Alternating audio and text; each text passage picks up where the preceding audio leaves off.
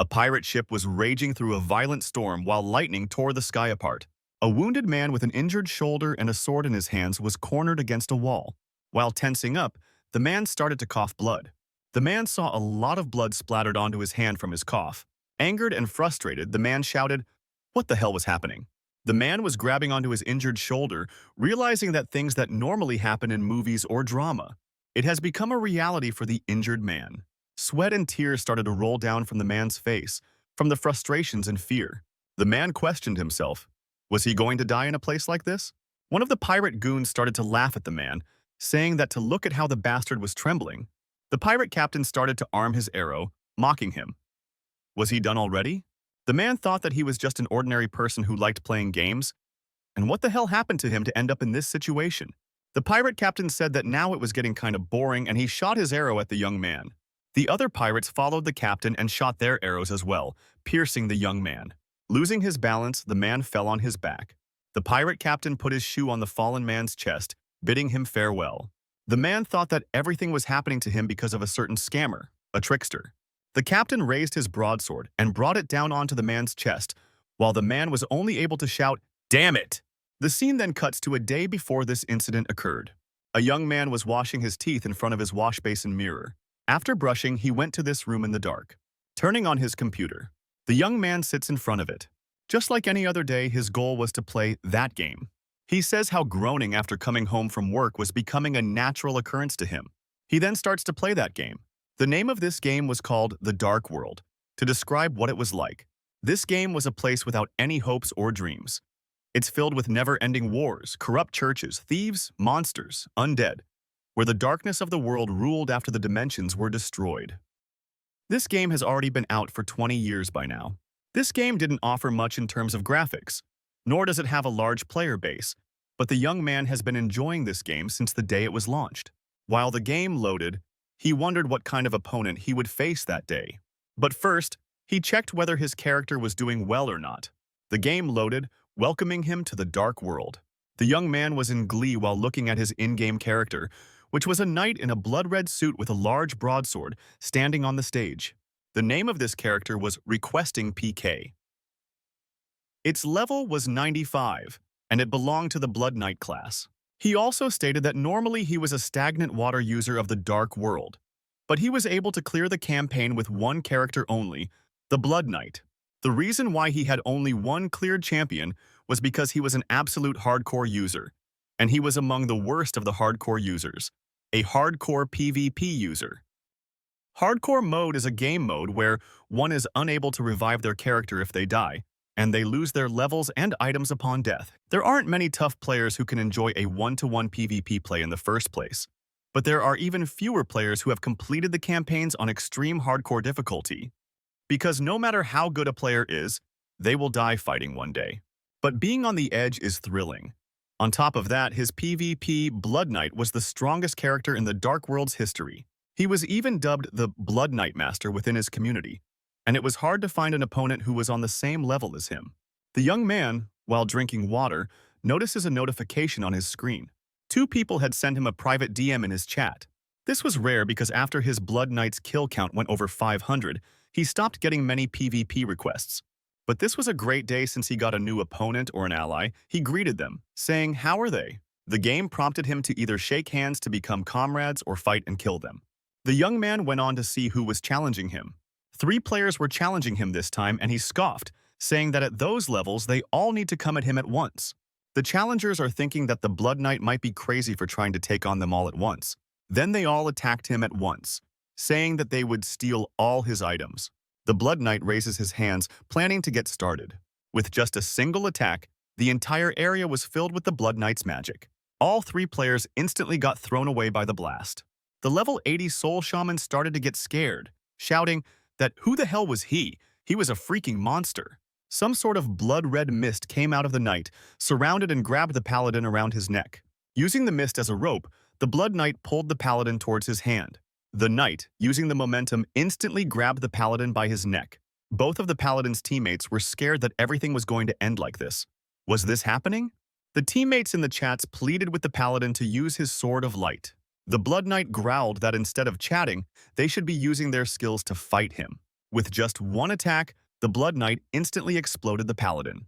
The teammates were completely stunned, saying that it didn't even make any sense that a level 80 Paladin could be killed like this in just one attack. The Blood Knight then turns his head towards the rest of the teammates. He growls, saying that they are going to be next. The Berserker and the Soul Shaman look at each other, sharing secret glances. Then, both of them instantly leave the PvP server, making the Blood Knight shout in rage. The Blood Knight was left standing alone. The young man cussed, saying that this match was maybe another random pick. He was annoyed at how rude these people were. He wished that at least they should have left a nice item before leaving. He then remembered that there were 2 PvP fight invitations and turned to see the other one. He got a bit surprised by the name of the account. The invitation was from an account named Trickster29. He was quite impressed by how relentless this old man was. The name of the id was Trickster. He was one of the most famous Dark World players. But he had become a loser who just gives up his items after losing. Requesting PK then laughs at Trickster that it's been only 10 days since he lost, and he was challenging him again, commending his courage for continuously challenging him, but he was just hurting his ego. In front of him, a level 93 martial artist character spawned in the PvP server. Surprised by this class change, the Blood Knight asked that this time he was a martial artist. But then suddenly, he noticed something about the character. He realized that the Trickster was at level 93. He was confused as to how a person can level up so fast in just 10 days. And the clothes that he was wearing were one of the highest ranking sets, the Will of the Eastern Mythological Soldiers. Blood Knight then chatted to the Trickster about whether he had bought these items, and his level was too high as well. Did he auto-farm as well? The Blood Knight also realized that even if someone bought or auto-farmed, even then, it is impossible to level up to 93 levels in just 10 days. The Trickster then said that he was talking too much and that he should hurry up and attack. The young man felt kinda strange, cause was there some campaign in the game that he was unaware of? But since he always got good items, it didn't matter much. The match between the Blood Knight and the Trickster caused massive explosions throughout. The Blood Knight defeated Trickster with his blood mist, mocking him for how hard it must be to lose every time. The knight got happy because he thought that he would get a precious will set in hardcore. The young man realized that he should probably close the room first, along with an anticipation of what other items he would get. But then suddenly, he started to get the fighting mode message, which told him that he could either shake hands and become comrades, or he could fight and kill them. The young man was confused by this statement because the fight was already over, but he couldn't understand why the game was in fight mode all of a sudden, and thought that it was just a game bug. The Blood Knight then suddenly saw something in front of him. A young blonde man suddenly spawned in front of the Blood Knight in the game, to which he asked how he got there. This blonde young man was none other than the Trickster himself. The young man was surprised that the Trickster came in his original character. Also, the level of Trickster was 100, which was that the character was created on the day the Dark World game launched 20 years ago. The young man was worried about what the hell he must be thinking to throw away such a rare character in just a single hardcore PvP match. The Blood Knight inquired the Trickster that even after he closed the room, how he was able to enter, was he using some kind of cheat because he was going to report him. Trickster answered him, saying that this was not any kind of cheat, and invited him to attack him. The Blood Knight said that the Trickster was being cocky for using his real account to try to fight and kill him. Trickster taunted him, saying that didn't he had a kill count of 999? Didn't he want to make it 10,000? The Blood Knight responded to his taunt by saying that was he was going to sacrifice his real account to bring his kill count to 10,000? Trickster spawns out his magical wand in his hand. Trickster confidently asks, "Sacrifice? What sacrifice?" Because he was going to win in the end. The Blood Knight laughed at the Trickster that where was he getting all this confidence from when even his fingers weren't working well? But the young man realized that something was off. He asked the Trickster how did he knew that the Blood Knight had 999 kills.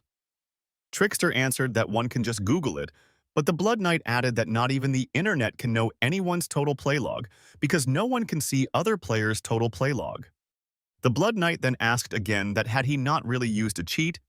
Trickster got annoyed, saying that this much bullshit was enough, and started to charge his attack. Trickster then shouted at the Blood Knight to just come at him while releasing a water-type attack.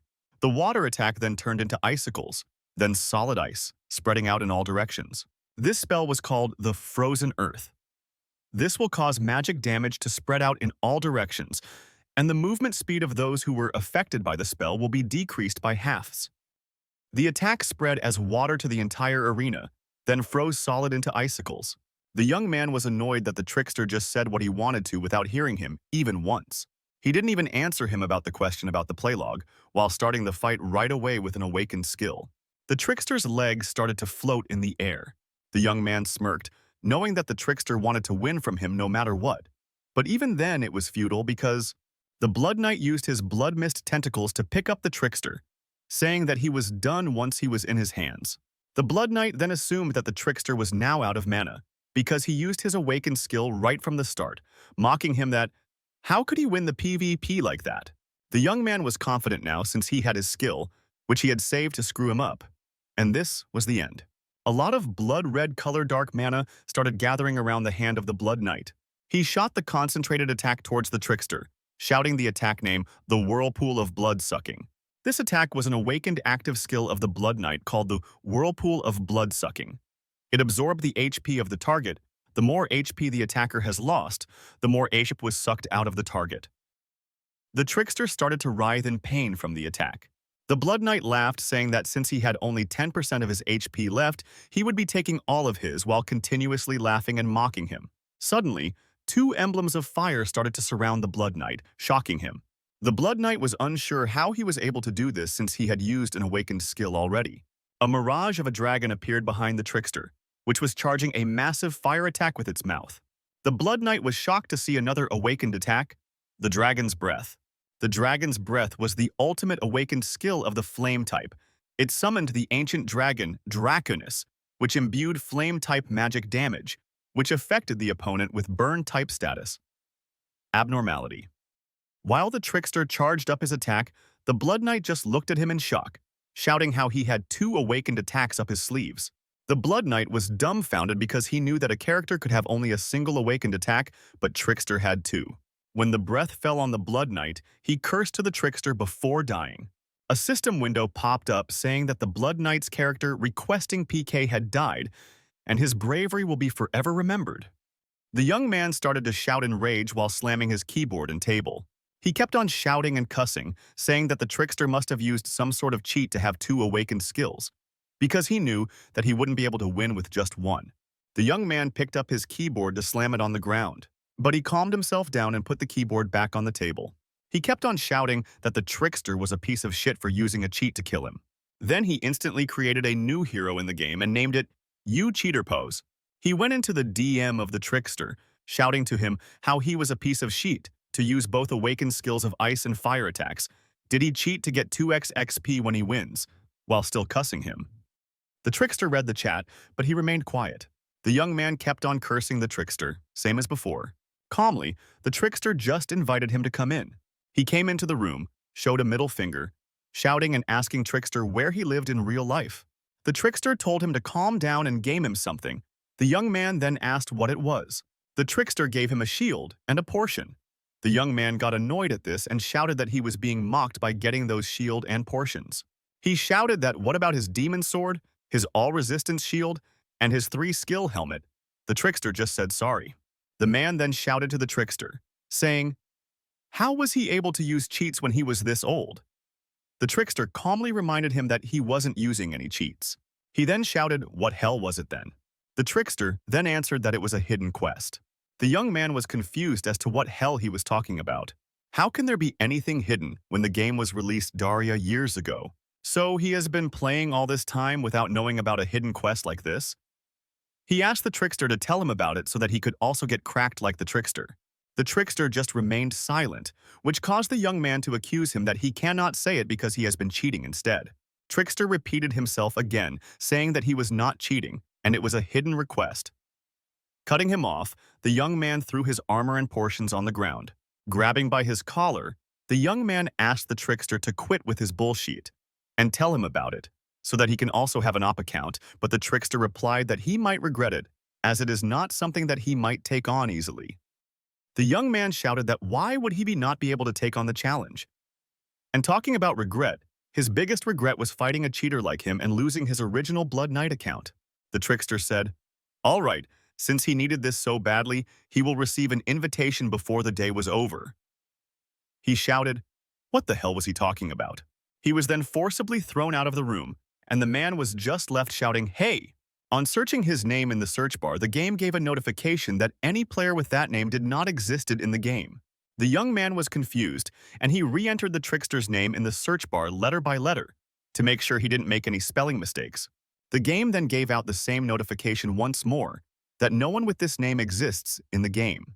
He was surprised, left wondering why the trickster was gone from the game. He held his hands on his head and wailed about how pissed he was. He had worked so hard to grow that Blood Knight account. Just how long was it going to take him to get to that level with his new character? He just wanted to sleep and think about it later. But then suddenly, he heard someone calling out uncle to him while he was standing somewhere. The young man was standing in an amusement park, wondering why he was there, while a little girl called out to him, saying how hungry she was. The young man then remembered that he was there because it was his day off, and he came there with Jiwon. He then asked her when she got there. The girl then told him how he wasn't responding to anything that she was saying, asking what he was even thinking about. She said he was hungry. The man apologized, saying that he got a bit distracted. The little girl scoffed, saying whatever, and pointed to a stall selling churros, wanting to eat there. The man then mocked her, saying that she just ate right now. Was she a pig or something for wanting more? The girl complained that can't he buy something for a pretty niece like her, scoffing that she is going to wait on the bench because her legs hurt. He sneered while walking to the churro stand that she was now just like his mom, telling her to wait while he goes and buys it. But he was feeling that everything felt so hazy, as if he were dreaming. Suddenly, Jiwon was not there anymore. On the bench instead of Jiwon, a blonde kid appeared to sit. The kid looked a bit familiar, 5 to the young man. The kid then shouted to the young man that if he didn't want to get hurt, he should be sitting down. The young man just looked at the blonde kid and exclaimed what was happening. Everything around him turned white.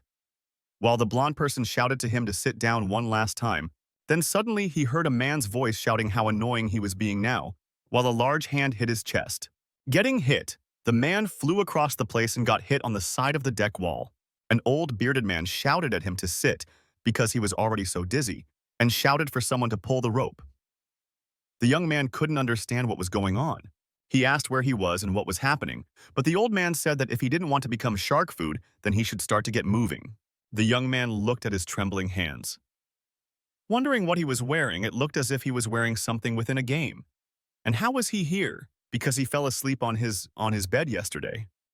He tried to sleep on his bed yesterday, but since he was so frustrated from the loss that he couldn't even if he tried. The last night before sleeping, he was grinding a bit on the game, clearing the first level, then falling asleep after getting on the ship of Chapter 2. Hearing the word ship made the young man realize something, that this place was the storming ocean and the ship, and he was wearing the outfit that one can see only in the games. The young man realized that this was actually the Dark World game, and he was the new game character he created, You Cheater Pose. He just sat there in shock at what happened when one of the ship's crew told him to stop getting in his way. Then suddenly, an arrow hit the crew member in the head, and he fell in front of the young man. What was left was the crew member's lifeless dead body in front of the young man. He looked over the deck when someone shouted to fire, while he was scared of what was happening. Over the deck, he saw that the pirate captain and his crew were climbing up the ship. The captain then ordered his crew to kill all of the ship's crew. The young man got worried thinking about what he should do now. But first, he decided to evade all of them for now. He looked toward his left, where he found some big boxes. He ran toward the boxes, sprinting behind them, hiding from sight. One pirate crew pinned down one of the ship's crew, shouting, "How dare he run away?" while the ship crew member pleaded to spare his life. Using the sword, he killed the ship crew. Seeing this, the young man thought to himself that it would have been much better if he had picked up a helmet while he was raising his character. Seeing someone die in front of their eyes was way different compared to seeing them get killed in-game. The pirate instantly found him hiding behind the boxes, smirking. What should he do with him? The pirate told the others that another rat was hiding in here behind the boxes. The young man realized that he was in deep trouble. A lot of arrows flew through the air towards someone. All of the flying arrows pierced the young man, throwing him down. He fell on his back with a lot of force, shouting in pain. The pirate captain laughed with others at how he was shivering, completely unbecoming of his huge body. He then told one of the pirates to get rid of him. The young man wondered if this was how he was going to die. He damned it all. Until yesterday, he was just a normal middle-aged guy who loved playing video games. He wondered how all of this had happened. While he lay there, the pirate swung his large sword, shouting for the young man to die. To protect himself, he covered himself with his hand, and with a large slash, a lot of blood fell on him. But it didn't hurt the young man, confused. He looked up to see that the blood on him was not his blood. With a large slash, the pirate's head was chopped off clean from the body, with electric sparks flowing everywhere. The headless body of the pirate fell on a young man. He groaned from pain, shouting at what was happening. Every single pirate was pointing somewhere, shouting at everyone to be careful, as it was a mage. The young man was also surprised. On top of the mast, there was a girl with a lot of sparks coming out of her wand who was standing. The pirate captain ordered everyone to catch that magician. She scowled at them, saying with sarcasm as if they could ever catch her, "Insects." The girl then jumps down from the top of the mast to the top of the deck. Shouting the chant, "Razor Wind," she releases her first magic. The magic created blades made up of wind, which went through all of the pirates, cutting them up. The pirate captain just looked in shock. He shouted at his crew at what they were doing, calling them idiots. He shouted at them to not just stand back, but to shoot their arrows as well. The girl dodged the 2 arrows, shouting, "How annoying this all is." The young man over here was barely holding himself together through pain, with all the wounds, thinking, what the hell was this situation? The mage then throws a health potion to the young man, shouting at him to get back to his senses. He holds up the bright red portion up to his hand, realizing what it is. He realized that it was a portion. The girl comes up to him, opening her hoodie. She shouts at him to drink it fast unless he wants to die there. He saw her and recognized her face. He recognized her face because it was the exact same one as the elemental mage from the Dark World. The pirate goons found them and shouted that now was the chance to catch and kill both of the heroes. She casts her windblade magic again, cutting the goons while angrily shouting to stop being so annoying. The young man realized that since this is the Dark World online game and the portion in his hand is a real healing portion, then he can use it. He drinks the portion in one breath. The portion starts working in an instant, relieving him of his pain instantly. The mage shouts to her that for how long he was going to daydream, and he should at least work the portion's worth. He felt thankful for her saving him, but he didn't like how condescending she was towards him, thinking that as a mage, she is going to be enough alone for the entire fleet though. Looking at her, he saw that she was shaking and trembling. He thought that even though she acted all brave, she was trembling now. He understood the reason for her trembling was that she was all out of mana. Even though she didn't use it more than 10 times, she was all out. Looking at her, the pirate goons talked to each other about whether it was all over or not. Confirming it, they asked if they should kill her. The mage girl looks at him, shouting at him not just to stand but to do something. He responds that it was mean of her to talk like this. He thought that she just saved him so that she could use him as a human shield or something. The girl shouted, "How could he say something like that even after she saved him?" But then one of the goons came and said that they both know how to mess up and die. Saying that he sung his word at her, the young man stepped in and held her back, while blocking his swing with his shield. He angrily shouts that he will do what she says, but he gives no promises on whether he will be a good human shield or not. He then back-kicks the goon in his solar plexus, knocking him out and disarming him. Pulling out his sword, he invites the goons to fight him, saying that rather than simply dying, he will put up a struggle. He says that it also matters to him, because he has to maintain his pride as a man. While he said that, he suddenly felt as if his body was getting hot and his blood was boiling. Suddenly, a blood-red mist of mana starts to form around the young man's body, enveloping him in red. The red blood mana started to flow out of his body and to his sword as well. The pirate captain and his goons looked at the man and started wondering what the hell he was doing, thinking that he was performing some sort of magic spell. The bald goon swung his axe, saying that safe to attack because he was the person who was trembling in pain a few minutes ago. So he told others not to be scared and finish him off. But the young man was easily able to block this huge swing with the use of his wooden shield. With a big smile, he says to the goon that this is how it feels to feel boiling blood throughout the whole body, and that he likes that a lot more. He was a blood knight after all. Using his blood-red mist-coated hand, he goes to grab the bigger, muscular goon. The captured goon screams for his life to save him, but he turns the blood-red mist into the shape of a blade. Using the blood-red mist blade, he instantly splits the goon into 2 parts. The other pirates and the captain get absolutely shocked upon seeing the scene in front of them. The captain starts to shout, "Who was that guy?" and turns to one of his men to not just stand, but to attack or kill him. But before anyone could even go to attack, he came himself, completely shrouded in the blood-red mana, holding his sword, making the captain shout in terror. Instantly chopping up all of the pirates, he feels a pain simmering up in his whole body. He was feeling as if a seething blood was controlling him. He felt a sense of superiority and freedom, an unbearable pleasure. He felt as if his consciousness was sleeping away somewhere far. The young man, now completely lost control of himself, screams a terrifying scream, scaring everyone. Everyone starts running away from the Blood Knight. Unable to find somewhere, they all jump into the water, screaming for someone to save them. After that, his blood-red mana subsides and he calms down. The mage girl then asks him whether he was okay or not. Saying nothing, he just plops to the ground, worrying the mage girl, who asks her again what was wrong with him all of a sudden. He falls to the ground, losing consciousness, while the mage girl was beside him, shouting at him to wake up. The scene then cuts to the next day with a clear blue morning sky. The young man then wraps a bandage around himself, worried about something. The fight the previous night caused him to lose too much blood, and he was sure that if he continued at this rate, he might really die. Looking up at the sky, he assessed his situation. He had barely survived the previous fight, but still couldn't believe what a ridiculous situation this was. He wondered whether he was actually in the game of the Dark World because he felt everything. He looked at her, thinking that even the girl looked exactly like the game's elemental mage. Feeling uncomfortable, she stared back, asking what he needed and why he was staring at her. He asked her to tie the bandage around his arm for him because he was unable to do it with just one hand, but she refused, saying that she didn't want to because it was dirty. The young man just accepted his fate, saying that there was nothing left to do now, when suddenly a bag with glass bottles clinked at his feet. The young man remembered that it was his item bag that he had forgotten about before. Inside the bag, there was another portion bottle as well, which he pulled out. Feeling happy, he started drinking the portion in front of the elemental mage girl, who saw that he had multiple portions at hand. She instantly crawled to his bag, wanting to take a bottle for herself as well, but the young man shouted that she was trying to do. Taking two out of his bag, she smirked and said that he also had a portion as well with him.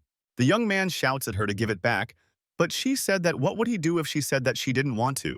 Justifying, she said that she gave him a portion the last night as well, but he disagreed, saying that she gave him one, but why was she taking two? She said that she helped him when his life was in danger, so she would get no profit from her if she only took one back.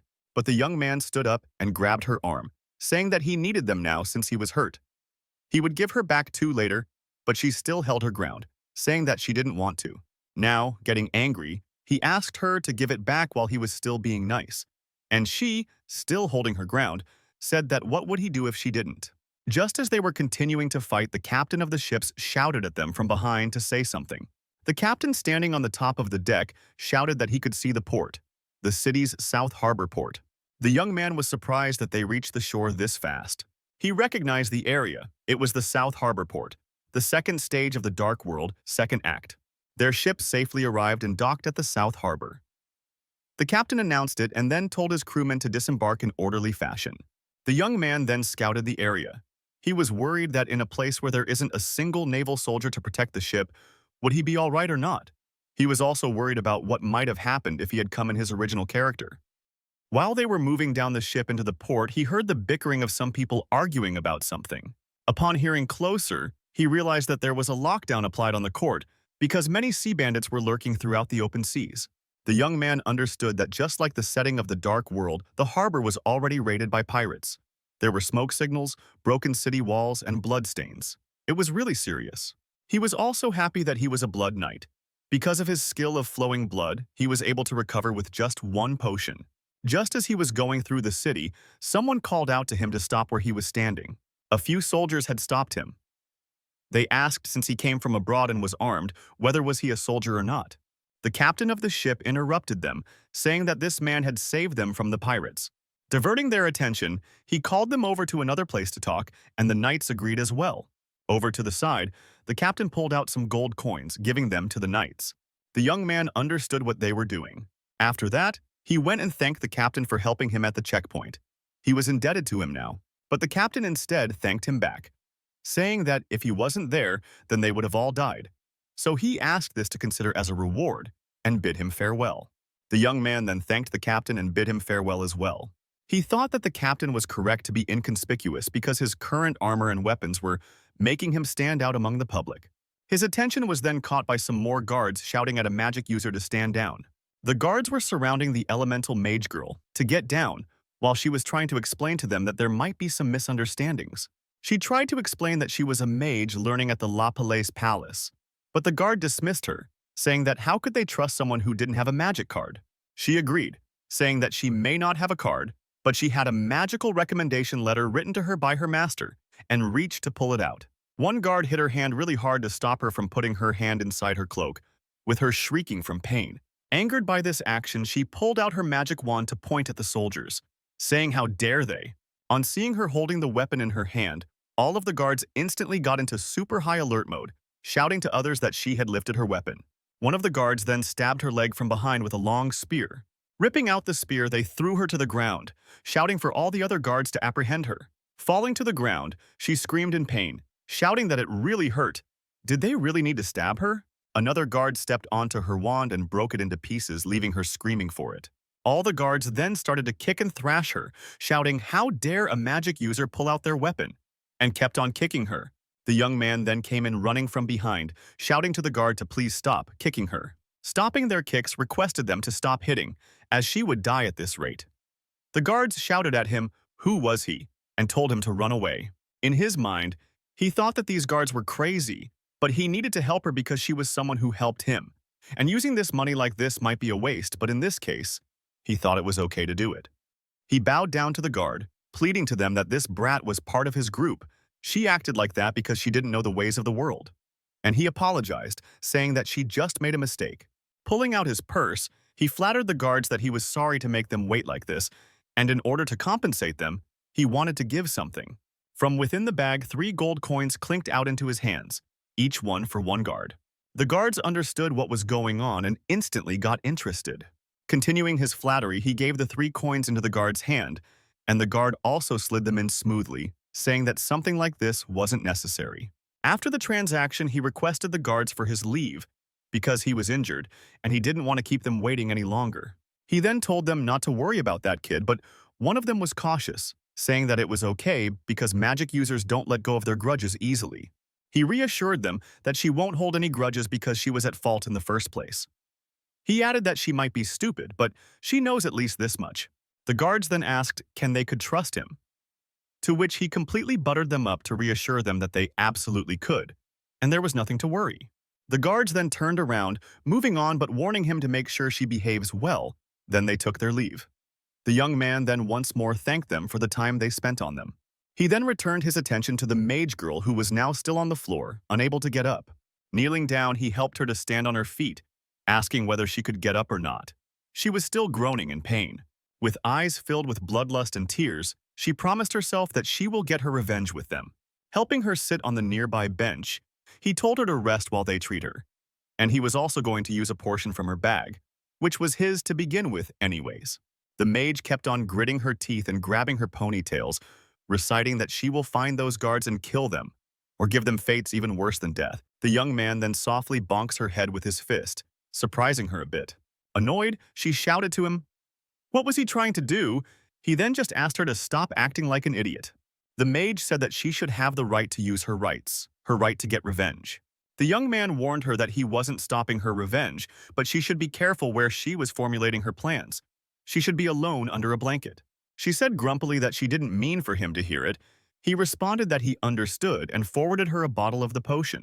The mage then snatched the bottle away from him.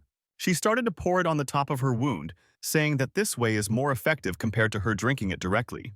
Getting annoyed by her behavior, he wondered how the hell she can still talk as if she's looking down on others.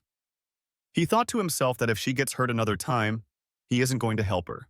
The mage girl also reminded him of his niece Ji-won, which bothered him in various ways.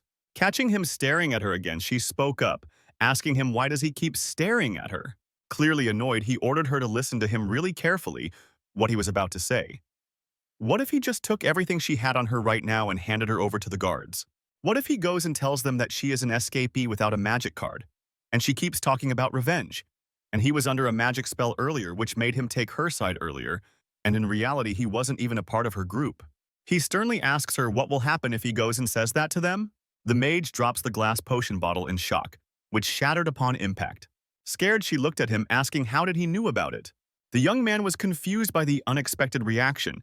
He thought that maybe he had said something wrong to her. Then he instantly realized what had actually happened just now. This female elemental mage was actually an expelled escapee from the La Palais Palace. He understood that if he messes up from here, he might arouse suspicion of the female mage. He controlled the situation by saying that he was just trying to give an example, and if she kept on grumbling about the revenge, then he might think of cutting her off. She asked what did he meant by cutting her off. He explained that it meant to cut someone off, to let them loose. She kept on asking what did that meant. He diverted the topic to say that he was just warning her to be a bit more careful with her words. Snatching away the bag from him said that that comment was a very slaverish of him and she doesn't need any of that. Still squeamish that her leg was stinging. Kneeling down, he asked her for the other potion bottle she had in her bag, but she said that she was fine now and there was no need for it. But she gave the bottle to him anyway, and he then reminded her of something that she might not have known. He held the bottle and told her that the potion bottle was his.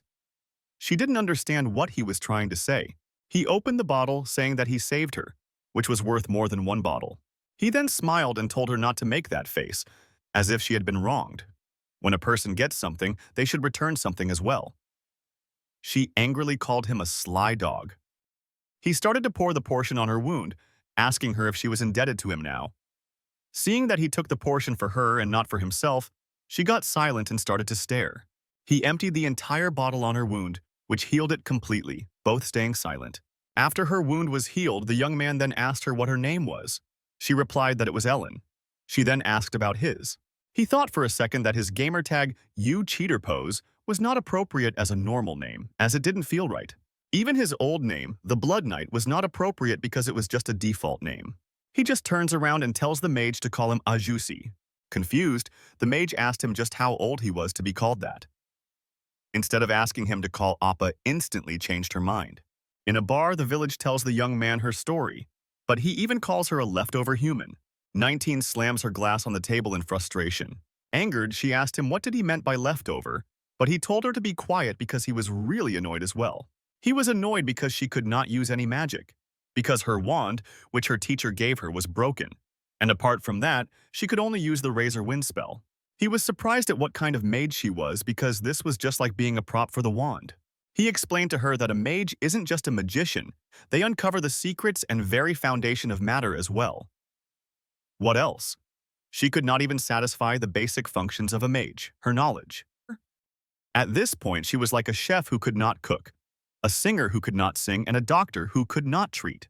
He then straight up called her a defective product, a leftover human. But even this behavior, the young man found strangely familiar. It wasn't because she resembled Ji-won, but it was more like 6 months ago, he raised a female elemental mage who resembled her. Her name was IJKL Mage. He also recognized her wand, which was the Westerly Wind Baton. During his previous account gameplays, he made a new mage character the moment he got the wand. All of this info and coincidences made him realize something really important. He realized that the character in front of him was none other than Aikul Maj. She called him up again that why was he staring at her? He was just surprised that the character he created ended up becoming a living being. Who would have that he would be seeing his own character right in front of him? Setting that topic aside, he asked her that why did she come to South Harbor in the first place? She sighed, saying that she had something she needed to do here. Surprised and curious, he asked what she was trying to do. But she refused, saying to mind his own business. But the young man requested her to note this so cold to him. They had saved each other's lives after all. This guaranteed to create a little bit of trust between them. But she coldly replied that it didn't matter. She told him that he did not give him any reason to trust him yet, except for the incident earlier. But the young man clenched his teeth, saying that she cannot just ignore the incident earlier, as it was really important, and why would he try to gain her favor? She responded that how could she know? He then said that he was thinking of adding her to his party. She shouted, who was he to decide that all by himself? He reassured her that he was not going to do as he pleased, and that they were both going to discuss everything to reach an agreement. Sitting back down, she asked, what kind of agreement? He said that he was a really skilled warrior and has a lot of knowledge of this world, so it made a really compelling choice to have someone like him in the same party. Asked her what she thinks about it. She agreed, saying that even though he looked like a jerk, he was a pretty good candidate for a team member. He was annoyed by how annoying she was till the very end. But she started to grumble that she could not even manifest her abilities as a mage, and the wand that her teacher gave to her was broken. The young man started to think that maybe the elemental maze considers the Westerday wind baton as an item that her teacher gave to her. He agreed to it, that yeah, she was now an actual leftover human, which stung her a lot. But instantly, he optimistically reassured her that she won't stay like this forever because she was still growing every day. She looked at him with a confused and pained expression. Mockingly, she said that what would he know about magic? Because she studied magic for over 10 years. Even then, she was not able to make a single flame on her own. He looked aside, agreeing that, yeah, he did not know anything about magic. Elle had started to cry a little bit by this point. Changing the topic, he slammed the table, shouting that she definitely has the potential to become an outstanding mage. He could literally feel it. Looking at the young man with complicated expression with tears in her eyes, she just stayed silent. She then revealed to him that she was here as per her teacher's order in order to find someone. The last traces of that person was discovered in the city north of this port, and she was on her way there. The young man started to think who this person could be that she was looking for. He realized that her target was the spell thief Seich, who may be hiding in the Raven Cliffs right now. So in return, he revealed to her that he was there because he was looking for the origin of his blood. It was a process that he needed to go through to master the art of blood control, for which he needed a party. He wondered whether it was going to be okay that he was just reciting the original plot of the game, since that's what came to his mind first. He asked her again, did she trust him a little bit now or not? Looking down, she agreed, saying that it's okay since they were going to the same place anyway. The young man felt relieved that at least she had started to trust him a little bit now. Agreeing with her, he stood up and extended his hand to her for a handshake. She shook his hand. He assured her that they would try to do their best together. In an inn named the Boathorn Inn, the young man sighed about something really crazy. He was angry that after paying such a ridiculous amount of money for the inn, there was absolutely no bed and it reeked of a disgusting smell. It actually looked more like a horse stable rather than an inn. The mage pushed him aside to move over and to stop acting like so hygienic. She said that she was tired and she was going to sleep first. The young man asked her again, that was she going to sleep in a place like this? She agreed, saying that she will, and not to disturb her. He sighed, giving up and saying that nothing can be done anyways after all. He opened up his weapons and holsters and kept it aside to him, in the inn. Looking towards the ceiling, he started to miss his home, but wondered what he could do in order to get back. He remembered something. The trickster said that it was some sort of hidden. Did he actually meant that the hidden quest was completing the campaign in real life? He wondered who the trickster was. Was he some sort of god or being? After all the useless thoughts inside his head, his eyes started to get a little bit heavy. His eye is completely closed up and he went to sleep.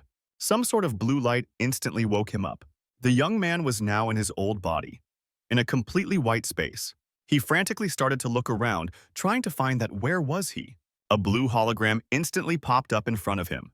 Looking at it, he realized what it was. The hologram was his character sheet from the Dark World. The scene cut to the next day morning sun. The young man woke up yawning loudly, saying that he slept really well. The man wondered how did he felt so refreshed. He felt as if his brain came directly out of a washing machine and his body felt so light that he could fly. He wondered whether this was also due to his class of being a blood knight, because he was definitely hurt last day and lost quite a blood as well. He started to suit up thinking that this body was exceptionally healthy. The mage also started to wake up. He mocked her, saying that she must be able to sleep well in a place like this because of her constitution. She looked at him, still yawning and half asleep. That why was he trying to pick a fight early in the morning? What a terrible hobby he has. He corrected her, saying that it was not morning because the sun was already high up in the sky, but she angrily asked him why did he keep being sarcastic. Although she agreed to join his party, they were still not close enough to joke around. Her stomach grumbled, interrupting both of them. Her face turned red in shame, whereas he just kept looking at her silently. The young man felt a little bit guilty and sighed, saying that they should eat first. He poured his spoon into a bowl filled with white porridge. He asked repeatedly whether something had changed about her. She refused, saying that no matter how many times he asked, the answer would be the same. He thought it was really strange because there was definitely something different. Because in his dream yesterday, he saw the Dark World character sheet. There were 2 tabs and the first tab was his sheet and then the second tab was her sheet. And since it was possible to distribute his skill points among both, He took a look at all of the points he had and distributed all among both of them. Using the character sheet, he strengthened his passive skill, the flowing blood, and increased his health by 2. So his final stat was Strength Daria, Agility 16, Health 18, and Magic Power 1. Whereas for her, he invested 3 points into Flame Arrow, 1 point into Burning Weapon, and 3 points into Cold Air Spray, and 3 points into Wind Fist, and 1 point into Spirit of Dance. So for the rest of her stat, he brought her Strength to 10, Agility to 13, Health to 15, and Magic Power to 23. Since he distributed all of the points, without leaving a single thing, he expected there to be a really big change in her. But she said nothing had changed. He was worried that why was the no change in her? Was the dream he saw last night was just a random dream? She again called him out for staring at her. For the last time, he told her that she has to say him anything if something has changed. She said she understood and asked him to shut up and eat. Her behavior annoyed the young man very much, and washing his clothes, he put them out under the sun to dry. Besides that clothesline, the young man was doing his workout. One-arm push-ups. He was surprised at his body's resiliency because even though he was wearing his heavy armor, he was easily able to do 1 Daria push-ups in 1 minute. He was worried about the mage because she was an extra who could not do anything. So he called her out to exercise, but he was surprised that she was going to meditate. He set her aside. He walked into the inn thinking that he was not her parent, and that she could acquire the skills he gave her by maybe meditating. When he walked in, he realized that somebody was there already inside. A red-haired girl innkeeper asked them whether they were the customers who arrived yesterday and wondered why they were sweating the first thing in the morning. The young man answered that he did it because he felt refreshed and good. She then laughed at him for being a weird one. He also laughed back, saying that he heard this pretty often and asked what her name was. She said that her name was Daria. She greeted him with a warm smile, saying that it was nice to meet him. Looking at such a pretty lady, the young man started to blush. Asking her could he inquire about something, he asked Daria that who attacked the city. She said that the city was actually not under attack right now, which was a bit ambiguous. She added that the bandits attacked a fortnight ago and they were right now hiding in the reeds. And same with the pirates.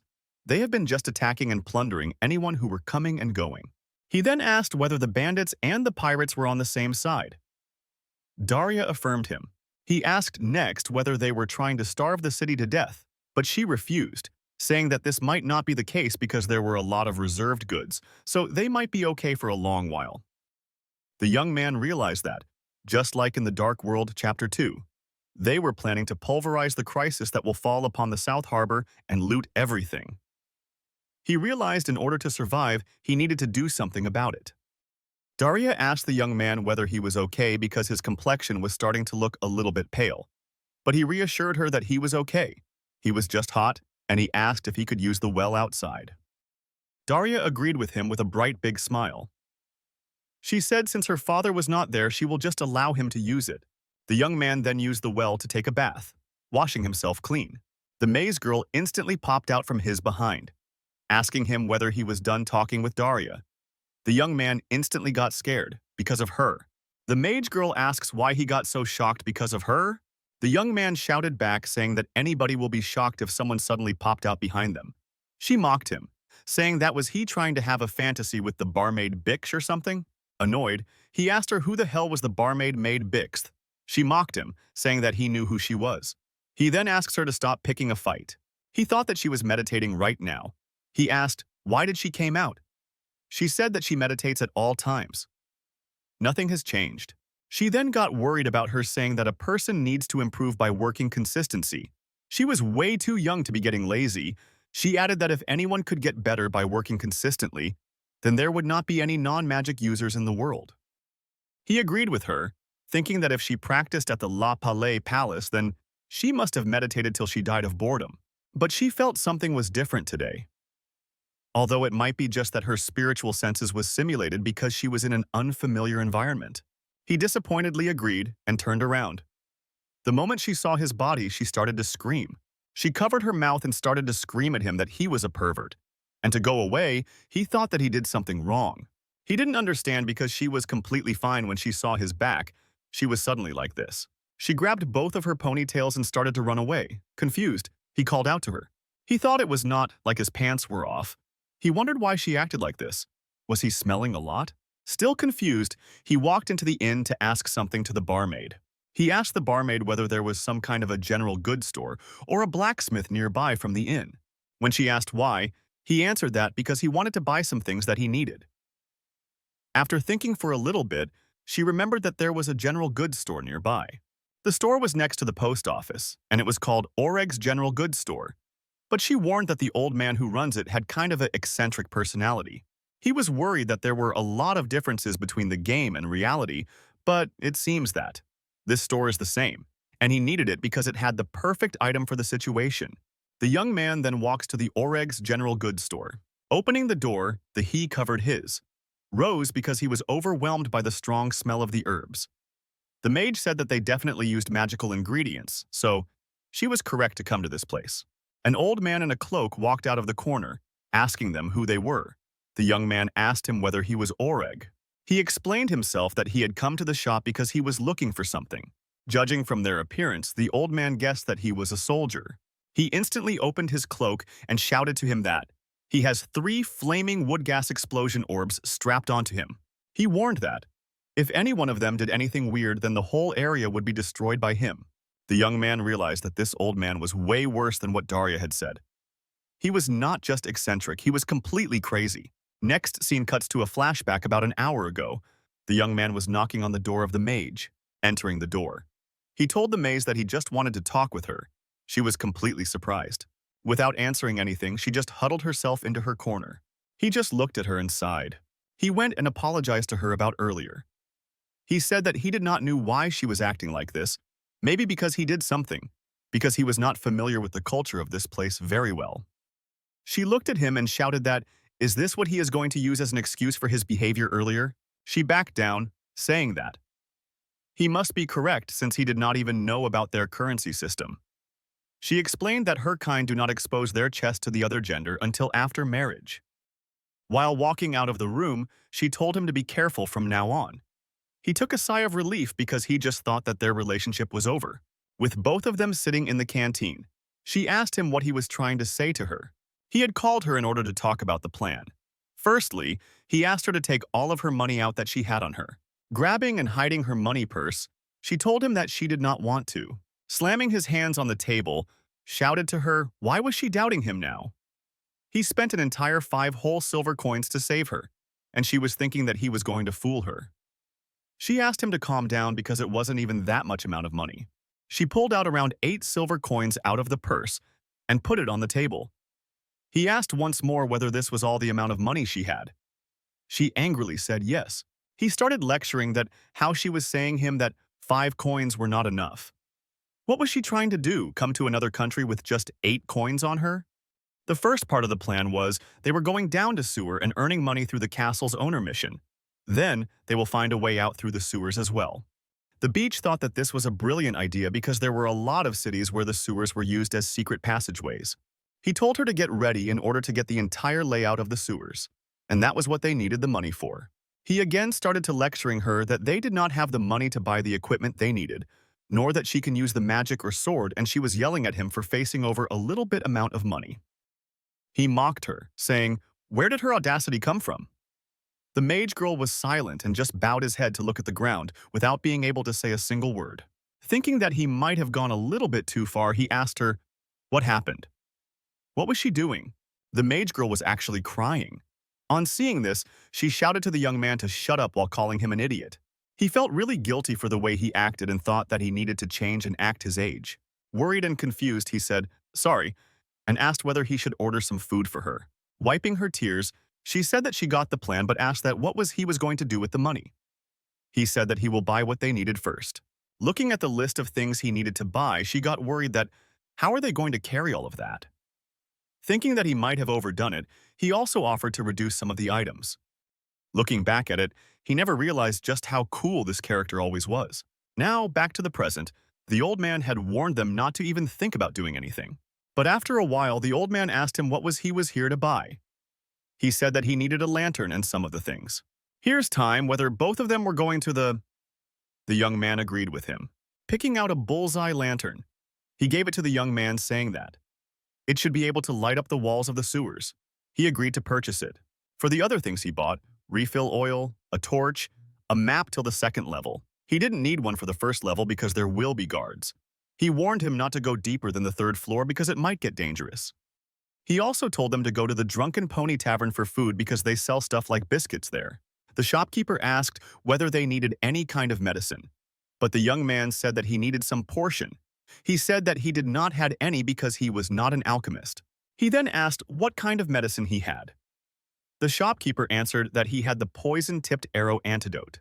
He also had one that was an antidote for most paralytic poisons. He might come across a burying beetle, so he also had some nerve person antidotes too. The shopkeeper then looks towards the girl, asking whether she was a mage. She rudely denies him, saying that it was none of his business. The shopkeeper doesn't say anything and just calmly observes her. He then calculates the cost of all the items and bills it for 4 silver coins. The young man was surprised that why was this so expensive. He then tells him that the prices of everything has increased because all of the trade routes were shut down. He refused to do any negotiation. Told him whether to buy or to get out.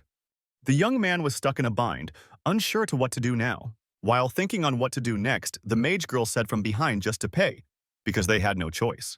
But looking towards the shopkeeper, she warned him that if he was trying to rip them off, then it won't take her long to burn down the entire shop because there were a lot of good items to loot here. Mocking him back, the shopkeeper said that she must not know what an explosion or this.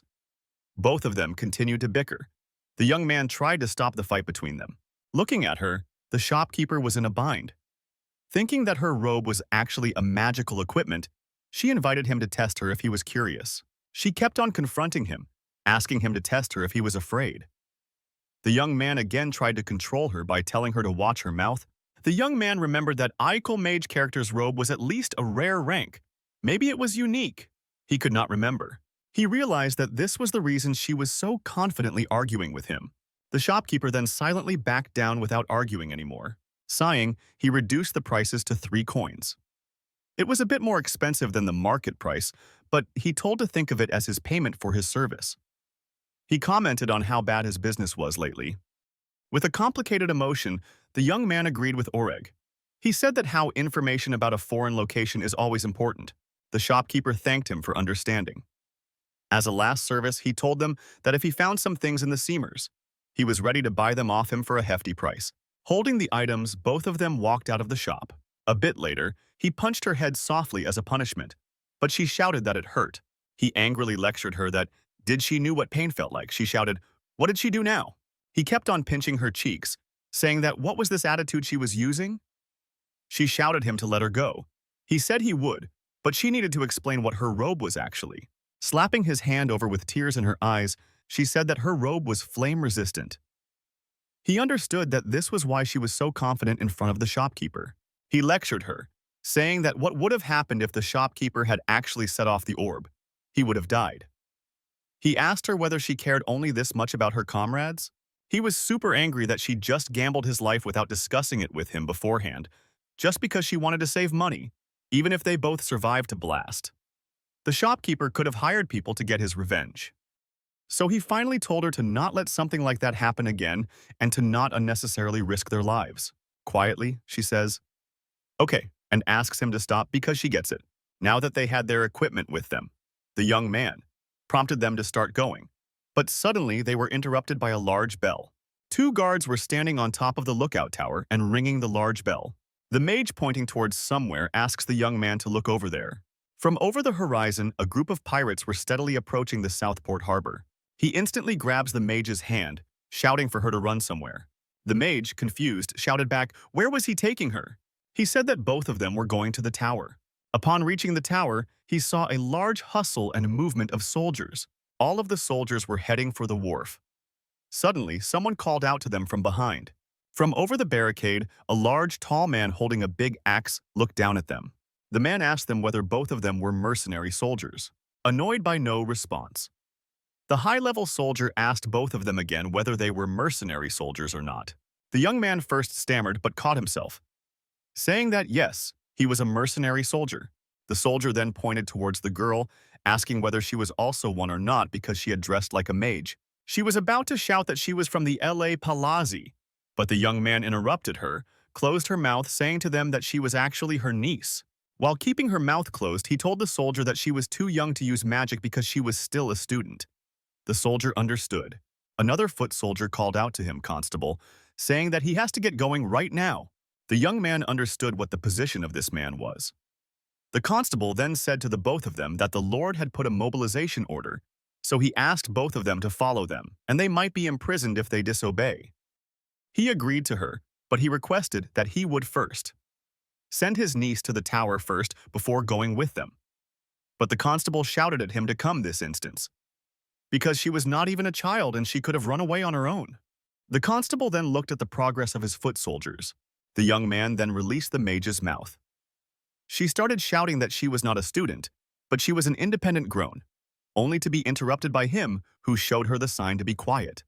After she was quiet, he told that he thinks she is an independent mage and that she will be the greatest mage of the middle world. But as of right now, she could not even perform as a mage, because she could not even cast a spell on her own. The constable then shouts for the final time, how long was he going to wait? If he waits any longer, then he's going to arrest him. The young man was annoyed at how impatient this constable was. He then shoves the bag full of items onto the mage girl. He orders her that her mission now was to protect those things. They got these cheap because of her, and he wanted her to hold on to them so that they don't lose them now. She was trying to follow him, but then he shouts at her to hurry to the tower. She stops in her tracks just left, looking at him.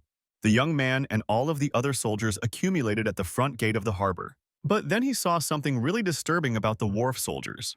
All of the soldiers who went to fight the pirates were all already dead.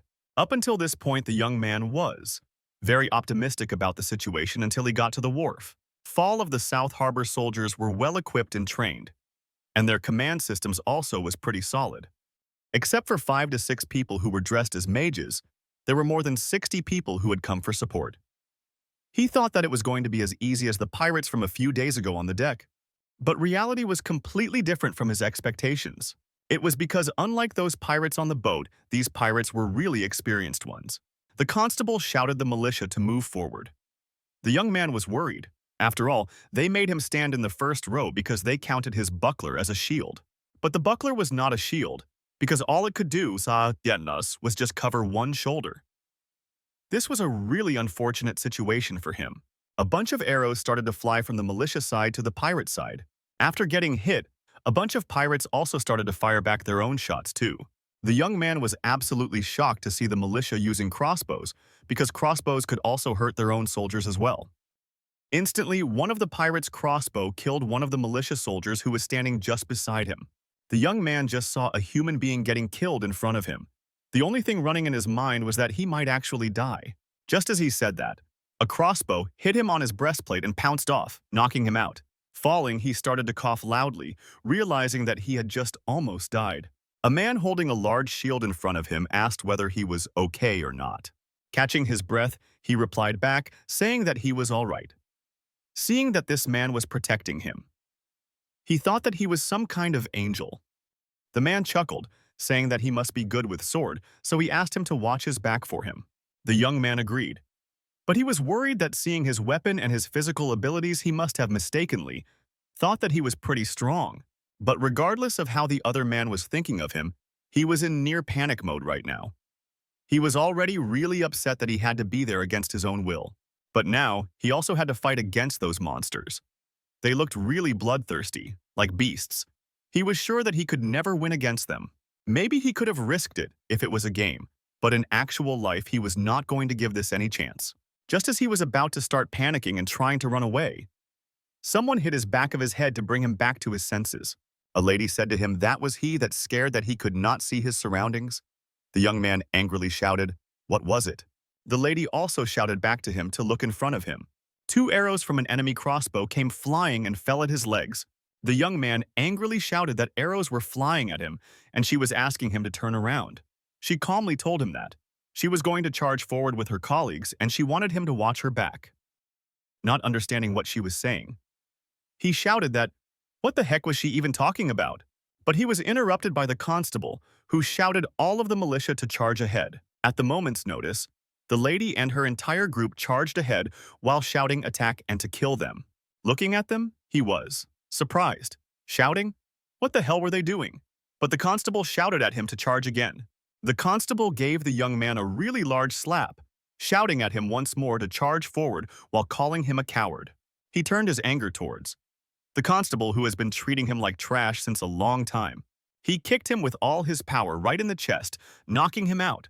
The 2 foot soldiers then started to point their weapons at him, shouting that was he out of his mind, and to drop his weapons.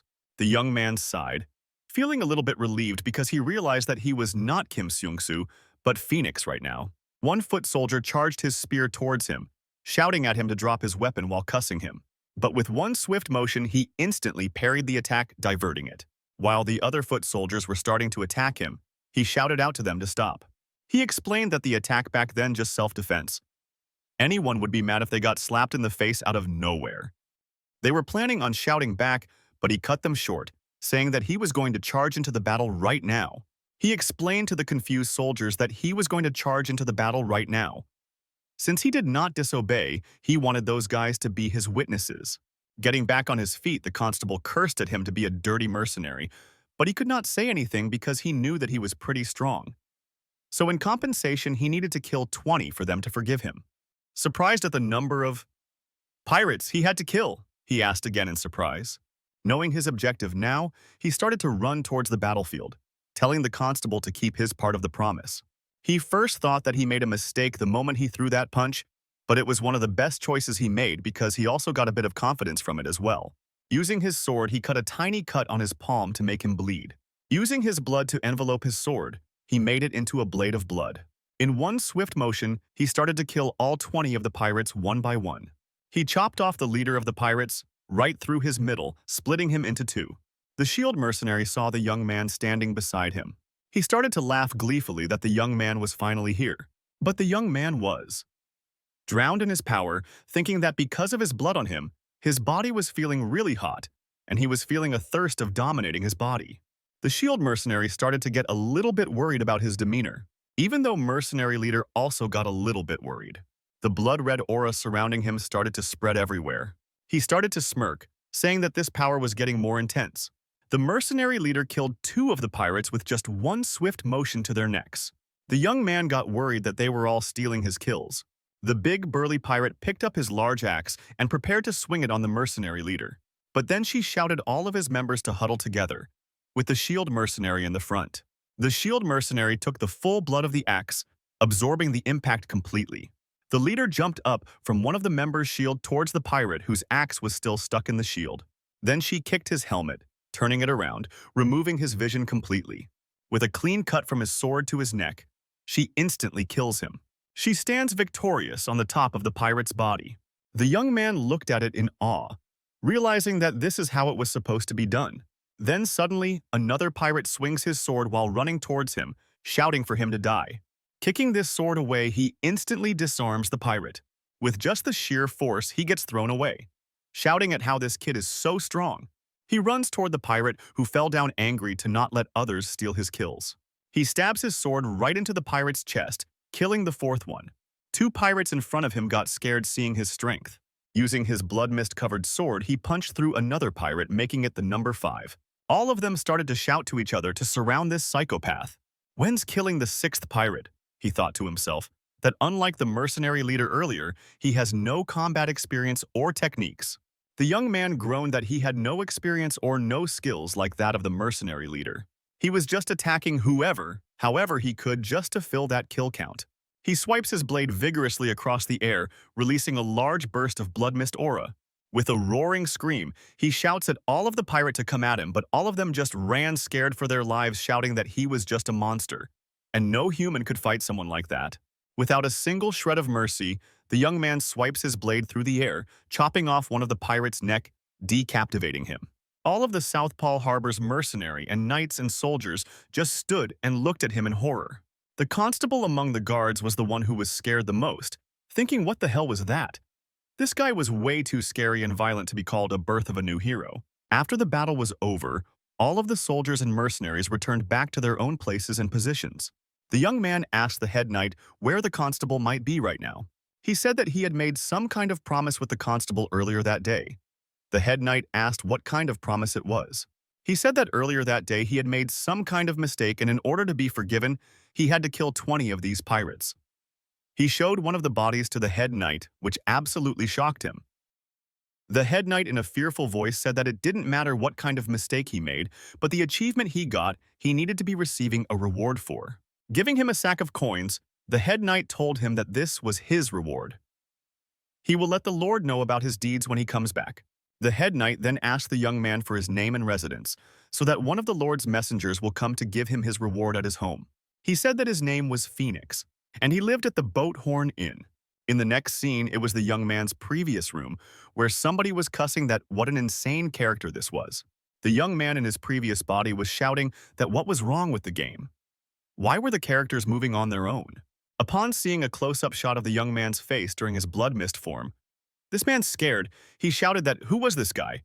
Was there any character like this in the game?" A drop of blood started to fall on the floor. Not understanding, he asked, "What was this?" A mirage of the Blood Knight formed behind the young man. He understood that this scary character was none other than him. After that, all of the young man's alternate characters started to appear in his mind one by one. Among them, one was a vice president, one was a thief, and one was a red Indian. And finally, it was the elemental mage and himself, the Blood Knight. The young man with a screeching grasp woke up in his inn's bed. Grabbing his head, he screamed that what the heck was that? He felt as if he dreamed something really big, but he was not able to remember anything of it. Later, the young man learned that this war, the battle at the beach, was a great success thanks to him. To break the naval blockade, the Lord joined a fleet to participate in the war. It also included civilian ships as well. But this war was completely unsuccessful because most of the South Harbor's fleet died, and the pirates' blockade still went on going strong. This turned the city's atmosphere much worse than before. The shield mercenary who was sleeping beside him also woke up. He asked the young man that was he already up. He replied that the shield mercenary should sleep a little bit more because he still reeked a lot of alcohol. It was introduced to us that this alcoholic shield mercenary's name was Gelius. He was the one who protected the young man using his shield. The young man asked him that how was he so lively when he managed to recover from his injury so recently. Annoyed, Gelius called the young man a rude little bastard, but smilingly he said good morning to him and bid him goodbye as he had to do morning training. The young man went out of the room and closed the door behind him. The elemental mage also came into the room while still yawning, saying good morning to him. The young man was surprised at how early she was able to wake up. Worried about her appearance, the young man asked her whether she was okay or not. She looked as if she could fall down at any moment, but then she assured him that she was fine and that she felt much better than she looked. The mage had been meditating all week. He felt as if she was feeling guilty that she was unable to participate and help out in the Battle of the Wharf. Looking at him, she answered that she worked so hard because of the sewers. Told him not to worry because she was going to sleep on it that day. But he answered that it was not the problem. What if she got sick due to this? Annoyed, the mage told the young man that instead of lecturing her, he should go train instead because Grania was almost ready. He said, "All right then." But while he was going to the grounds, he turned around and asked her again, that was she sure that she was feeling okay? Annoyed, she shouted at him to not take her lightly. He moved on forward, realizing that she was all right. Outside of the end in the training grounds, we could hear the young man doing his training with someone. While fighting her, he started to introduce about her. That while getting closer to Mr. Gelius, the shield mercenary, he naturally became closer to the mercenary group that he was in. The group's leader, the woman who was teaching him right now, her name was called Grania. She was a mercenary soldier. It has been 5 days already since she started to teach him. The young man then swiped his wooden sword at her feet, throwing off her footing. With the force of the swipe, she got thrown away a little bit far behind. For the first time, he was able to defeat her. While down, Grania groaned that she had lost. Pointing towards the young man, she asked him whether he was sure that this was the first time him learning. While helping her up, he started to praise her that he was only able to do this because she was so great at teaching. She got impressed at how smooth he was with his words. Going to train again with her that evening because she was tired and that they will be going to the sewers the next day. He said that he won't because he has his rest day today. He will practice on his own for a while. She reminded him that he needed to pick something up really soon. Confused, he asked what was she talking about. She said his brand new shield, the one he requested last time. Grania reminded him that he requested a shield to be crafted for him as a reward for the Battle of the Wharf. She said she was not surprised because he got so much money that he could change his gear this time while seeing him off. The young man thanked her for sparring with him.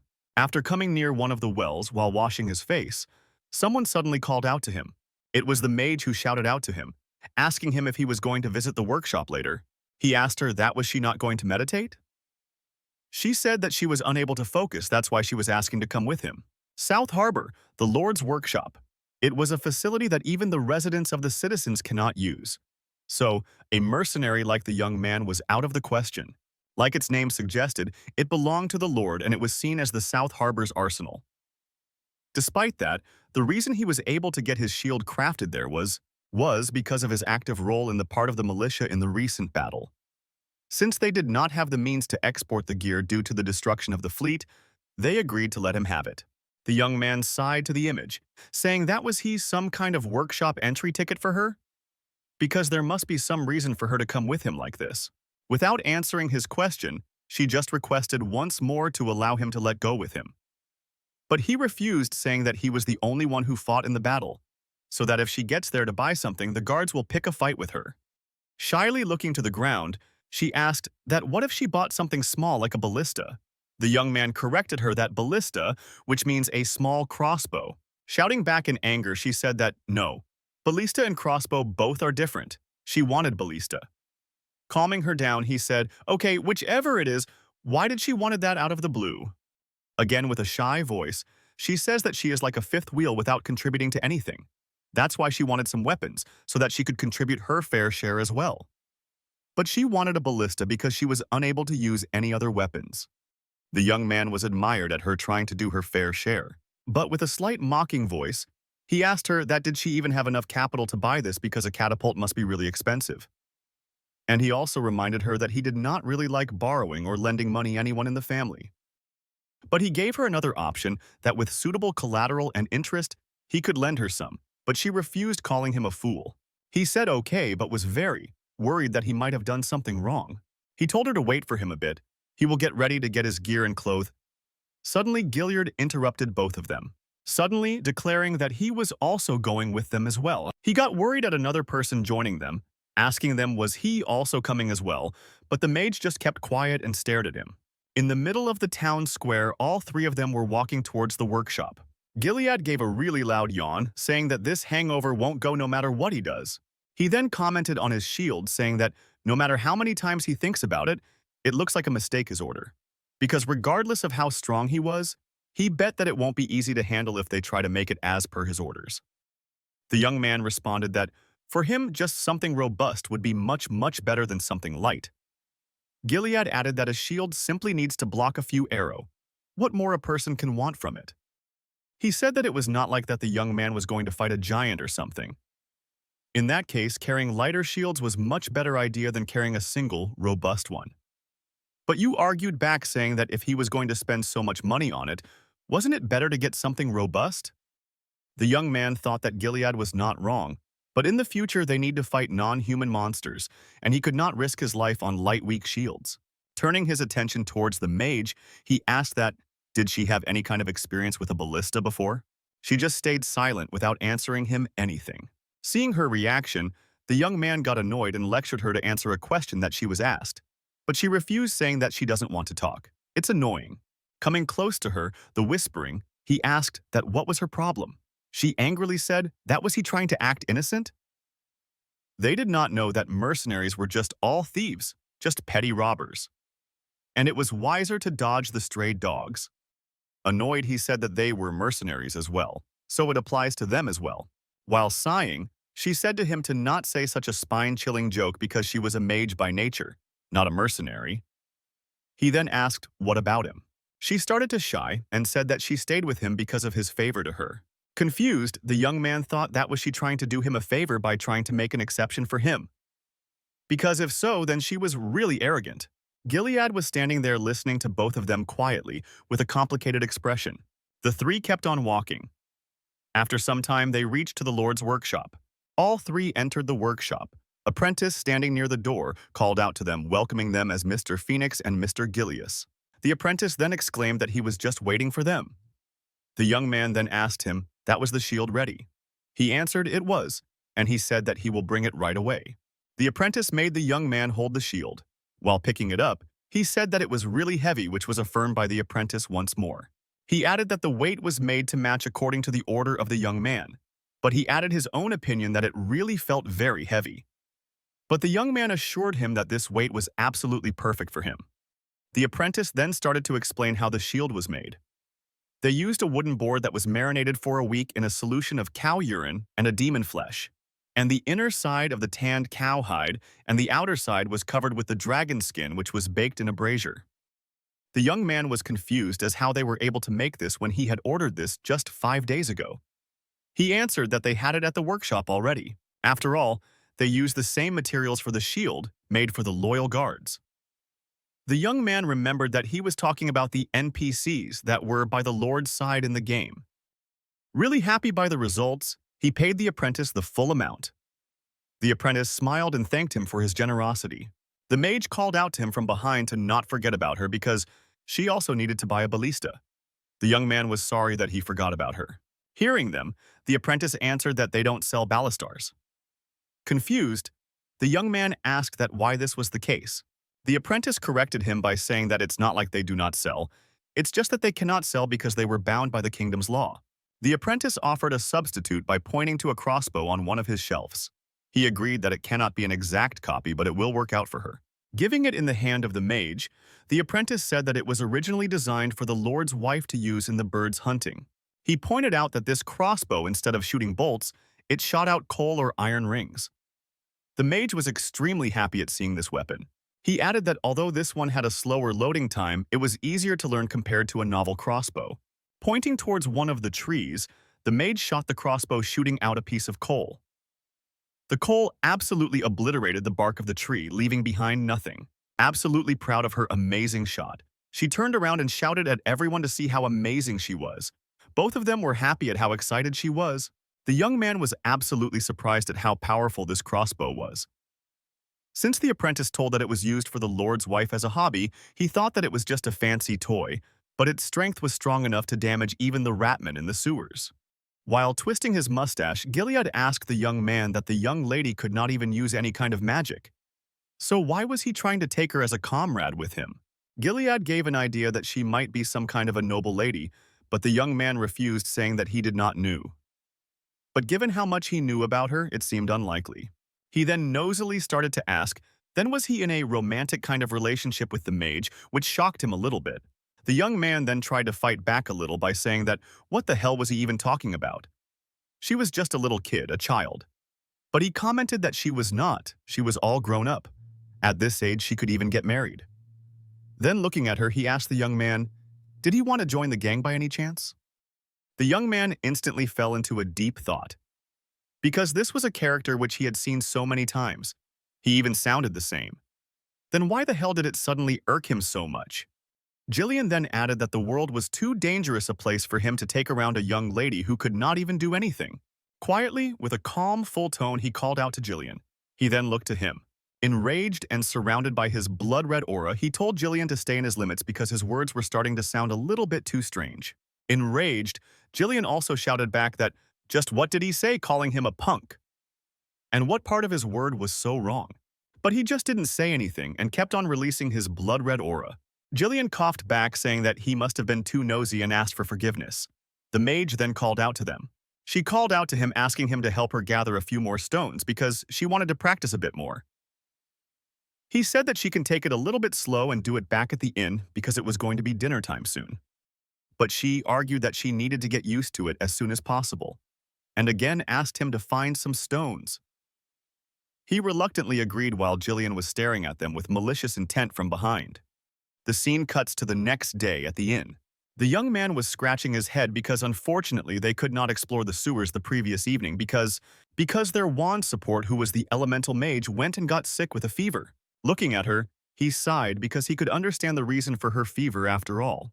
Because the moment she came into this country, the wand her master gave to her was destroyed, and then she was stabbed in the thigh with a spear. After that, she was trampled on by military boots. Along with that, she also had inner struggle after feeling powerless from not being able to use magic. And due to the guilt, she continuously meditated without being able to sleep properly. He twisted a wet cloth filled with water and placed it on the top of her forehead on her temple.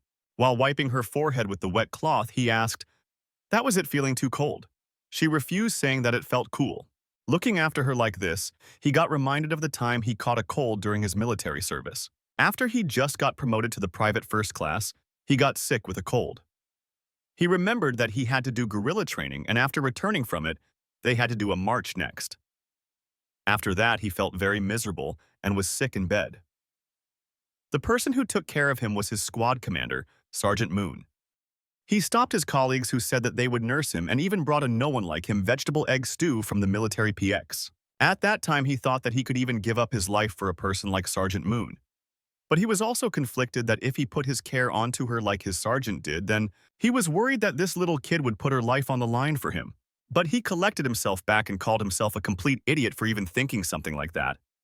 The mage woke up and asked him what he was saying. He refused to her that it was nothing to worry about and asked her that if she was feeling hungry. She also refused, saying that she was okay. While looking at him weakly, she asked him why was he going so far for her? Why was he doing this for her? He answered that he was doing this for her because they were comrades.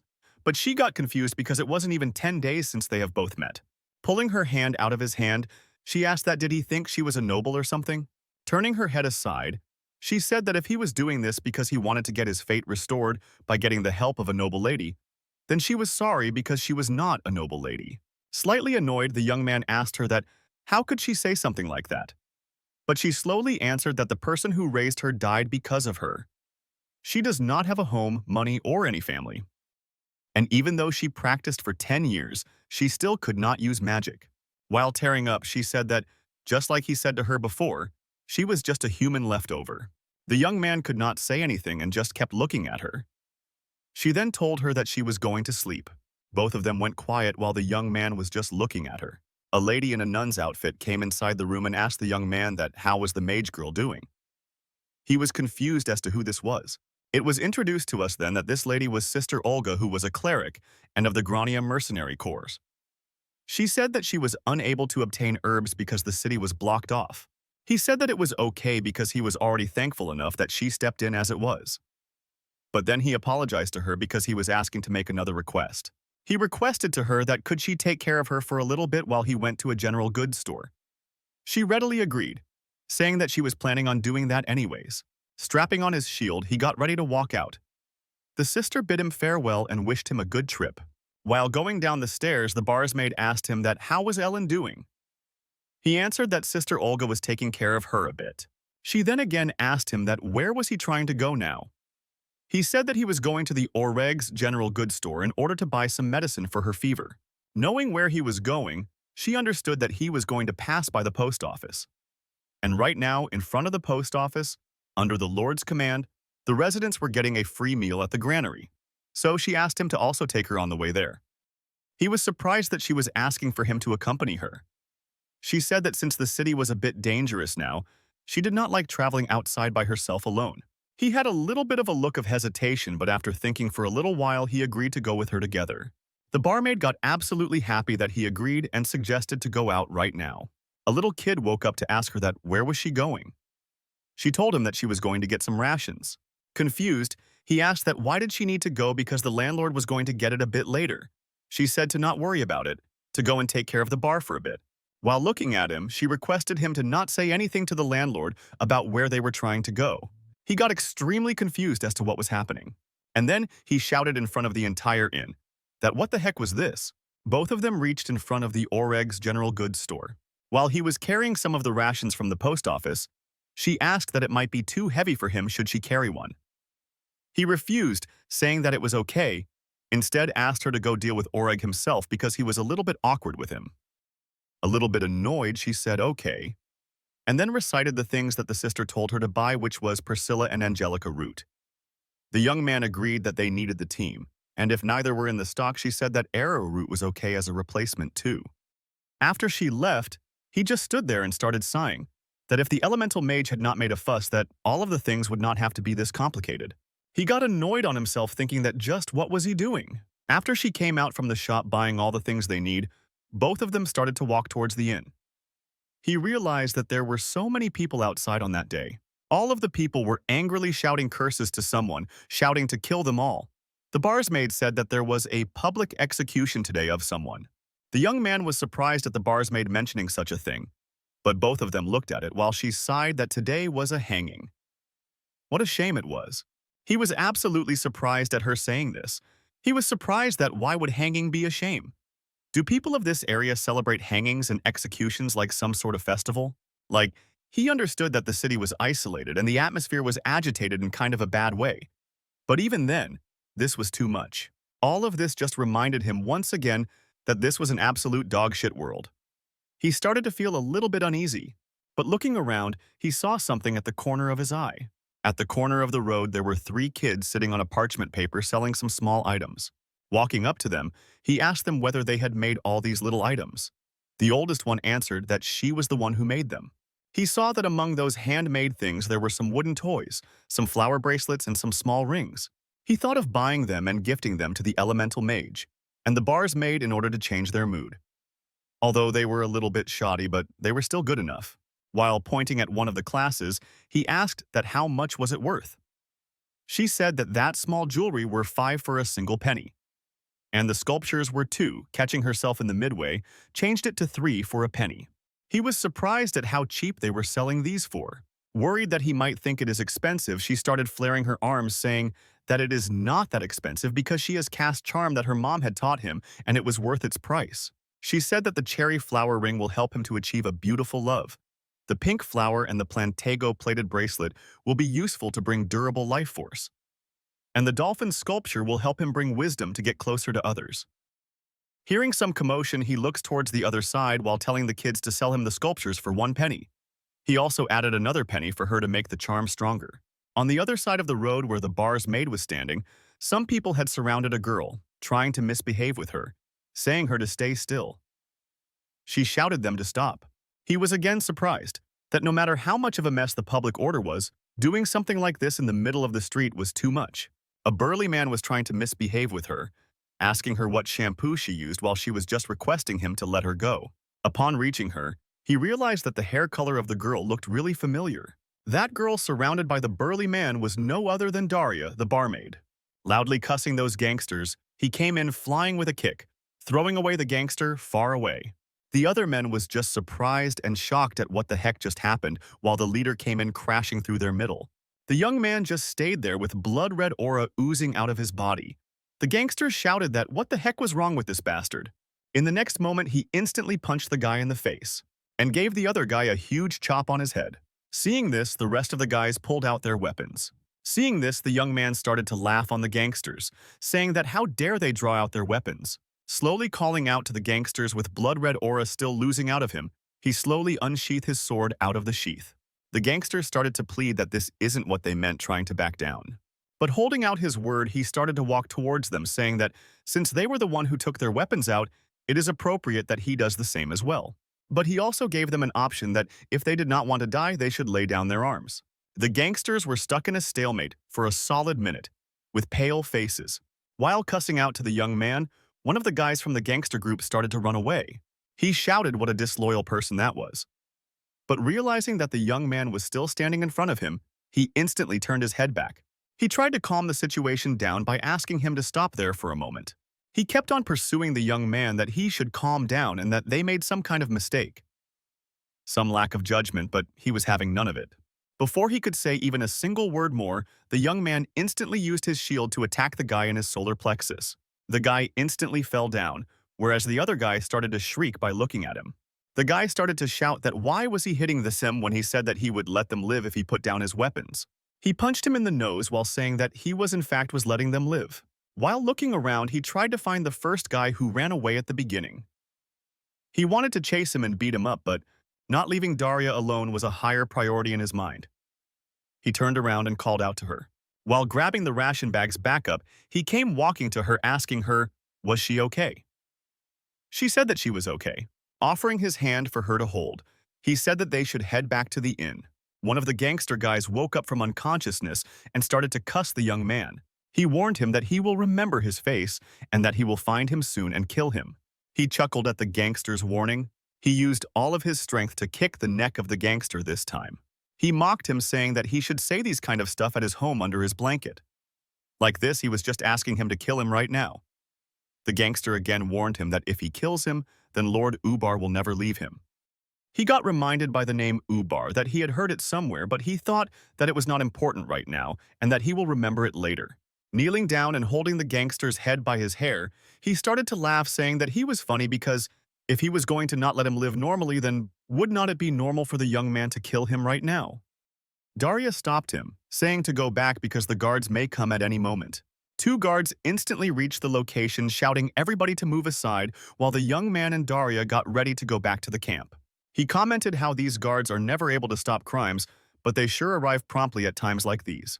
But the guy kept on grinning creepily, telling the young man to just wait and watch. Before he could utter a single word more, the young man kicked his lower jaw, breaking it apart. Holding Daria's hand, both of them sprinted to escape the guards. After some time in a different location, they stood out of the reach of the guards, sighing with relief that they won't be chased by them anymore. Daria asked him, that was he not feeling tired? He refused, saying that he was okay. He looked towards her, saying that she was absolutely drenched in sweat and was breathing rapidly.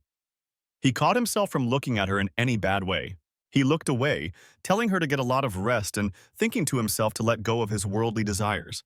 Putting down his back's rations, the young man sighed of relief that he was already feeling a lot better. Setting them aside, he again looked towards her, asking her if she was okay. She said she was, thanking him that she got to live another day because of him. He apologized to her, saying that because he was not looking, all of the gangster people came to her. She refused, saying that it was not his fault because who could have thought that something like this could happen in such a short period of time. Then she added that it was her fault in the first place because she was a young woman, and she went outside in the square by herself when the atmosphere around the harbor was so dangerous already.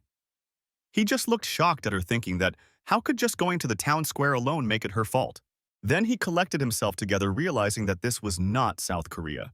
This was the Middle World's Milanor Kingdom, the South Harbor, a place where people laugh and cheer and celebrate it as a festival when they see someone get hanged.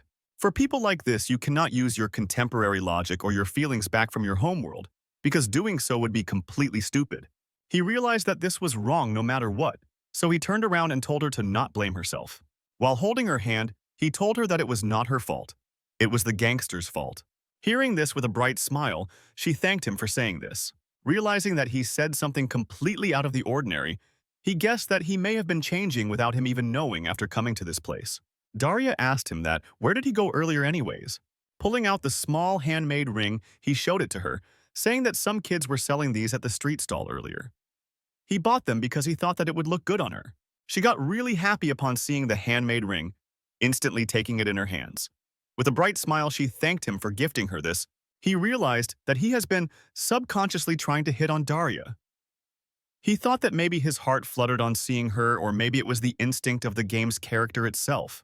But then suddenly she asked him whether all of this is going to be okay or not. Because even though all of them were bad people, they were all of Ubar's subordinates. Hearing his name again, he just asked that who the heck this person was. She replied that this guy was a gangster ringleader who controls the market. And there were rumors about him that he is a terrible person who deals with swords and slaves. Upon hearing this, the young man seemed to recall something from the name Ubar, who was a gangster ringleader. After thinking for a bit, he instantly realized who this Ubar character was. This was none other than the Kingpin Ubar. He was one of the fixed-name enemies that appeared in the Chapter 2 of the Dark World campaign game. The young man then started to explain about the game that in the Dark World it has roguelike features like hardcore mode, random option mode, terrain monster mode, and other option modes, but there are also monsters that are compulsory to be defeated in order to keep the scenario going, and these entities are called fixed-name enemies. The young man tried to remember the scenario for which he had to fight Uba in the first place, but he realized that the previous him found the part annoying and just skipped the story to the final boss battle. Now he got absolutely worried that he had no idea what the story was because he skipped all of it. Looking at him, Daria asked him whether he was worried for something, but he said that she did not need to worry much because he was sure that this Ubar guy would not know who he was in the first place. But she said that since he was already famous, there was a pretty good chance that the guys he beat up earlier are going to talk about him. But she reassured him that since he was not covered in bloods, there might be a lower chance of him being recognized. The young man agreed to her sentence. But we realized that the main reason he was worried was because this was not a game, but this was a reality. He was worried what if that Ubar guy raids the inn or comes in looking for him, what he should do, and if that happens, what happens to the original story in the first place. While keeping the rations on some sort of platform, he understood that he needed to complete the progression of the story before the Ubar finds him. He thought of getting to know the Lord and the Commander Guard in order to get a little bit help from them. Daryl then again called out to him for one last time, and he responded by turning his head. Giving a big kiss on his cheek, Daria thanked the young man for everything that he had done today for her. She ran away while hiding her embarrassment while he could just look at her. He was happy and annoyed at how sly she was and how she had him played like a fiddle. But even after all that, he considered this day to be the best day since he had come into this world. Now he turned his attention towards the mage whom he had to support, but then suddenly he heard some noise coming from that room. The mage was shouting to someone to put their dirty hand away while cursing them. He understood what was happening in front of him. Without wasting a moment, he instantly started to run towards her room. He bashed the door, barging in where he saw that Jillian was trying to force himself onto her while she was refusing him. He instantly moved his eyes around the room to scan everything about what was happening. He was relieved to see that she was okay. After scanning the room, he got a faint grasp of what was happening. Jillian was trying to wipe the mage down, but she was refusing. He slowly walked towards him, asking him to get out this instance. Gillian tried to explain himself, saying that he was misunderstanding something because Sister Olga told him to wipe her down in the first place. Without wasting a moment, he grabbed onto his neck, pinning him against the wall. Now, with blood-red aura starting to ooze out of him with angry eyes, he told him to get out of the room. Jillian, struggling to breathe through his hold, asked him that what did he even do for him to act like this? But then suddenly, the mage shouted him to stop right now from going any further. The young man then released him while Jillian kept on coughing, saying that, just you wait, but he just told him to shut up. The young man, with blood-red anger in his eyes, said that he cannot control himself right now. So he warned Jillian that if he did not leave that room right now this instance, then he might actually beat him up. With a grumpy expression, Jillian walked out of the room while the young man still looked at him in anger. Turning his eyes towards the mage, he asked her if she was okay. She said that she was, then he told her to lie down because she was drenched in sweat. While she was lying down, he went to the medicine that he bought for her while she clutched her blanket and said that she thought he left. Bringing his ear to hear her clearly, he asked that where did she think that he went for? She said just anywhere. He chuckled and asked if she was still half asleep because why would she be speaking nonsense all of a sudden? Bringing the medicine, he said that he went to buy herbs on Sister's request, but he just went to the general store and brought the medicine that Oreg himself made. While bringing out the medicine, he brought out the bracelet that he had bought for a penny, which he had forgotten about. Holding out the bracelet, he asked her to hold out her hand. He then put on the bracelet on her arm, and she was just surprised to see it. The young man with a big cheeky smile said that this bracelet was handmade from weaving pink flowers and plantain together. He continued that whoever will be wearing this bracelet, they will be healthy. So he encouraged her to wear it while asking if the size was okay or not. Hearing this, the mage started to cry. Seeing her cry, he got concerned that what happened. He smiled, saying that she must be so happy that she started to cry. The young man felt proud to himself, thinking that gifts were all about planning, and he nailed this one. But she corrected him, saying that this bracelet was made out of ragweed, not plantain. Confused, he said that the kid said this was plantain, but while crying through tears, she said that this was seaweed. He added that all it matters that it looked pretty, but she said that if somebody wears this, they might get hives. He then went down to her, asking her to return it so that he can throw it out. But she refused, saying that doesn't matter. But then he said to do as she pleased, calling her a rude support. Both of them left the inn while she was carrying all the supplies. The young man took a deep breath, saying that the early morning air is really fresh. He kept on babbling, telling her to take a deep breath as well to see how fresh it was, but she just kept silent, looking at him. She advised him then to enjoy whatever it is as it is. Because if someone forces them to enjoy things, then things are bound to get out of balance. With a serious expression, she kept on continued that this applied to magic, martial arts, politics, academics, and in each field balance was necessary. So one should meditate every day and observe themselves in order to protect the balance. She instantly got cut off by the young man pinching her cheeks, saying that who was she to keep so much of a balance who overdid herself and got bedridden for an entire day? She shouted to him to stop pinching her cheeks. She kept on hitting him like a cat's paw while he laughed at how energetic she was this early morning.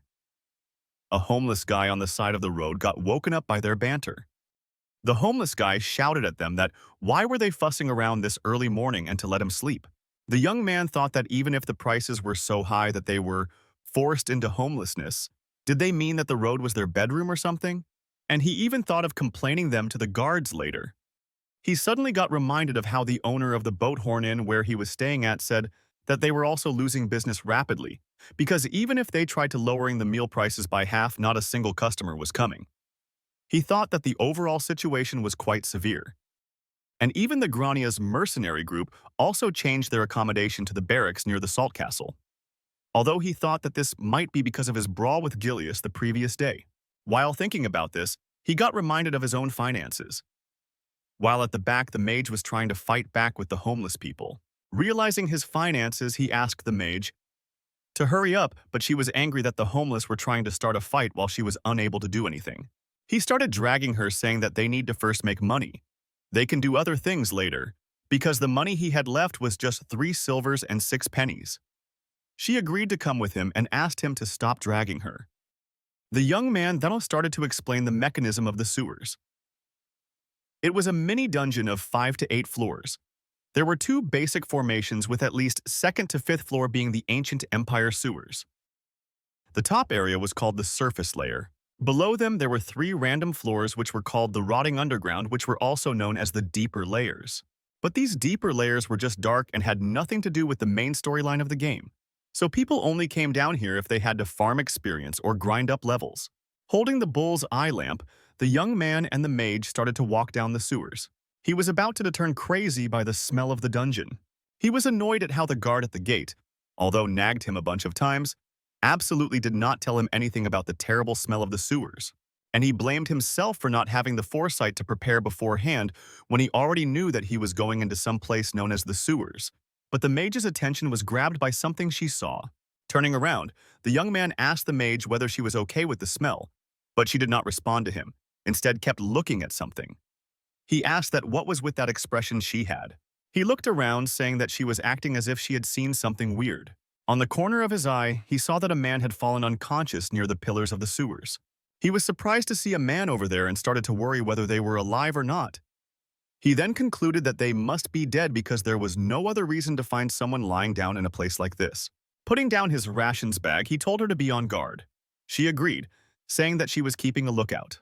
He ordered her to carry her crossbow and be on her guard, and that he will go and check who was it. He started walking towards the man holding his sword and his shield, asking her to watch his back. Worried, he started thinking that it all had been a single path till now, but the fact that there were corpses ahead of him meant that there were monsters ahead as well. So he toned down his footsteps and thought to himself that he needs to approach this as covertly as possible, but his leg stepped in some kind of slime. A monster which looked like a worm with teeth on its mouth jumped out of the slime. The worm stood in front of him making scary noises. He realized that the worm was a burying beetle, and it was eating the insides of the corpse of the person. He was absolutely disgusted seeing this in front of him in real life. The young man commented on how big this beetle was, but then suddenly something attacked his knee. He got extremely confused and worried as to what attacked his foot. Hit with pain, he could not stand up and started to kneel down. He realized it was the mage's crossbow and that she had actually shot him in his leg. Unable to say anything, she just stood there, frozen, saying sorry. He shouted and called her a crazy bitch. But then the burying beetle also came to attack him as well. He grabbed his sword and readied himself for action. With a swift motion, he instantly attacked the worm's mouth with his sword. The beetle instantly got chopped off in half, splattering blood and flesh everywhere. He stomped on the squirming body of the beetle, permanently killing it. He flicked his sword in order to throw off all of the gunk flesh and blood that was attached to it. The mage shouted to warn him that there were more of these guys in front of him ready to attack. One of the bugs started to crawl up and eat the flesh and the corpse of the previously killed bug. The young man realized that this area was a corpse field. It was disgusted at the number of bugs that were present there. But he consoled himself that by killing one of them, he has already become stronger than them. So them being disgusting was no meaning to him now. He taunted to the bugs to come at him all at once. He said that he will kill them just like he killed the previous one. He kept on attacking the bugs with his sword, killing them one by one. Another one with the boots, another one to the chop to its net. One by one, he nearly killed all of the bugs that were present in the area. He opened his water bottle, disgusted by these creatures. Dunking the water on himself, he anguished at how dirty he felt because his entire body was splashed with fluids. He reminded himself that how he was completely fine killing a dozen of people at the dock. But just a few bugs shaped him so much. He blamed himself for being too weak. After fighting with all of them, he turned his attention around to the mage who was standing at his rear. He got reminded of something that he wanted to ask, but she was just squirming around holding the crossbow in her hand. He remembered that this was the expression his niece would have before she was about to be scolded by her mother, but he caught himself realizing that he did not even say anything to her yet. He realized the reason she was acting like this because she was guilty of attacking in his leg with her crossbow. But luckily his thigh seemed to be completely fine from the attack from earlier. He started to mock her, saying that she was a really talented archer to be able to hit him perfectly. She said she was sorry again. He was annoyed at the way she said sorry to him. Like, I said I am sorry. So he wanted her to correct herself to say I am sorry instead. Wiping her eye, she said that she was talking about the earlier story that she had told him. He asked, when did she say? She replied that she said it just after she hit him. He then questioned her that did she actually say it? Thinking that maybe she might have actually said it. She apologized to him once more, saying that she hit him accidentally because she was really nervous. He was surprised at how sincere her apology this time was. He then forgave her, saying that instead of aiming close to him, try to aim to the enemy. She agreed that she will shoot more carefully from now on. The young man thought that he should at least show her the generosity of an adult. After that, both of them started to walk down to the second floor. The young man decided to do this because he thought of understanding the area as a reality, not as a game. Luckily, there were no other monsters there except for a few low flies, and they were able to continue the exploration by getting rid of the zombies and other burying beetles. And right about when they completed exploring the entire second floor, they started to get hungry. While eating the dry bread, the mage tells him that he absolutely eats these really well. Does he even swallow something tasteless as this? He answers that these are not that bad. She said that she cannot eat in a place like this, and the bread was so hard that her jaw started to hurt. She even felt like she was about to vomit. The young man just looked at her and asked that what was her condition. Was she feeling tired? With a smug look, she said to him that she does not get tired from anything like this. The young man looked back, thinking that it's been already half a day since they have entered the dungeon, and they have been exploring and fighting side by side. And she was the one who carried the bags because he had to do combat. So it was not that strange for her to have already collapsed by exhaustion by now. He asked that since they have already explored the second floor, should they return back? The mage said that although this is what they have decided on, but she still wanted to explore a little bit more until the next floor stairs start. Upon asking why, she said that it could not hurt to get a grasp of the area and prepare for it since they were going to go there anyway. And if they accidentally bump into a rat man, they might also be able to earn some money because all the small fries up till now don't give any. He agreed, but he also told her to not rush this and go slowly. He thought that unlike the game, the monsters do not spit out money here. Instead, they have to collect the items like the Ratman's tail and trade them for money. He then wondered that how can one receive things like magical items, unique items, something like which was on his finger. He wore a ring, which was the unique item that Dragon Slayer seal which gave strength and agility buff, along with other buffs as well. This was an item he had kept in his storage as his new game account. It was an inheritance from his old game account which died. But he also remembered that the old man Trickster had gave him back all of the equipment after the PvP ended, which means he had many other things like belt, accessories. He wondered where those were now. The next moment, his foot stepped into a puddle of water. He wondered why the basement of the third floor was filled with water.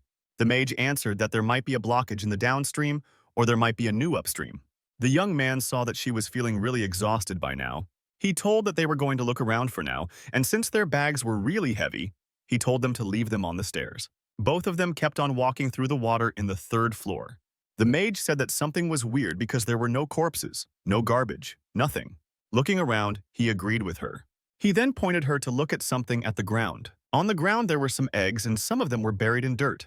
Both of them inspected the eggs for a little bit. The mage realized that only one monster could leave their eggs in a place like this. Realizing who that monster was, her face turned pale. With a really scared look, she turned around to the young man, telling him that they needed to leave right now. Understanding the severity and looking around, he also agreed to leave. While running out of the third floor, He kept on cursing his previous self who had completely forgotten about this scenario. He also cursed his current self who should have known something was wrong the moment the mage told that something was off. Because the only place which had water and dirt with no human traces and only eggs the size of human fish was... It meant that some kind of monster had come up from the underground. A crocodile monster jumped out of the water and started chasing the both of them. The young man shouted the mage to run faster. He realized that she was unable to speed up because they were already in water up to the ankles and she had already used up a lot of her stamina. Turning back and dropping his bullseye lantern in the water, he realized that there was only one way left. He turned around, pulled out his sword and his shield, readying himself to face the crocodile. The mage, heavily panting, shouted to him that why was he not going? The young man shouted back to her, to go on ahead first. He will escape on his own. She shouted that she also did not want to go back then. She then shouted to warn him of the incoming attack. He kept on shouting just how stubborn she was, but the crocodile opened its maw in order to attack him. Seeing the warning from the mage, he instantly turned his head around towards the crocodile. The crocodile crashed its head and teeth onto him, taking the young man and it underwater. The mage just stood and saw when both of them went underwater. But the young man had actually not gone down. He had withstood its attack by using his shield. He kept on holding the crocodile back while thanking his strong shield for protecting him. In anger and rage, he started to prepare himself for the next attack. He took his sword and jabbed it into the head of the crocodile, but the sword went and attacked its eye instead. Enraged and in pain, the crocodile started to spin around rapidly, spinning around the young man as well. With water and dirt splashing around his face, he was barely keeping himself together. Now the crocodile started to whiz and thrash the young man around. Moving around even fast, he realized that something inside his body just snapped. He looked towards the mage who was still standing there, realizing that he had already told her to run away. But she had still did not. She then shouted at him to close his eyes. A single shot from the mage's crossbow went and hit the crocodile straight in its head. A red powder burst out of the shot and the crocodile screamed in pain. The young man realized that this smelled like chili powder. Now that the crocodile was busy, she shouted to him to get up. She shouted that this was the perfect time for him to get up and kill the crocodile. She motivated him once more to get up. The young man began to ooze his red aura onto his sword. Now, with red aura enveloping his entire body, he got up once more to fight. Using his sword, he jabbed it right into the underside of the crocodile's neck. With a single strike, he cut the entire head of the crocodile clean off. The now decapitated crocodile fell behind him, splashing blood and water all over him. The young man fell down to his knees, sighing in relief that he had almost died, but he finally won. He turned around to ask the mage that what did she has shot earlier. While he was trying to give some guesses, she was shaking while cussing him under her breath. Crying loudly, she shouted out to him, "That was he dumb or something? Did he wanted to die or something?" Confused, he asked that why was she acting like this suddenly, but in anger she kicked with his boot right onto his shin. Screaming in pain, he held his shin, stroking it, but the mage kept on looking at him in anger. She warned him to not do anything like this ever again, to ever jump headfirst into danger and ask her to run away. Now, in tears at this point, she promised that if he did something like this ever again, she will absolutely kill him. But the young man tried to refute her, saying that he did not do this often, only to get cut off by her, who shouted that he did, and kept on kicking his shin. While crying in pain, the young man wanted to buy some shin guards from next time onwards. While tying some bandages, the young man screamed a little bit and asked her to be careful because it was a fracture. She angrily told him to endure it because he was the first one who was careless and now he was facing the consequences of it. While looking away, she told that she could not wrap it and asked him to do it instead.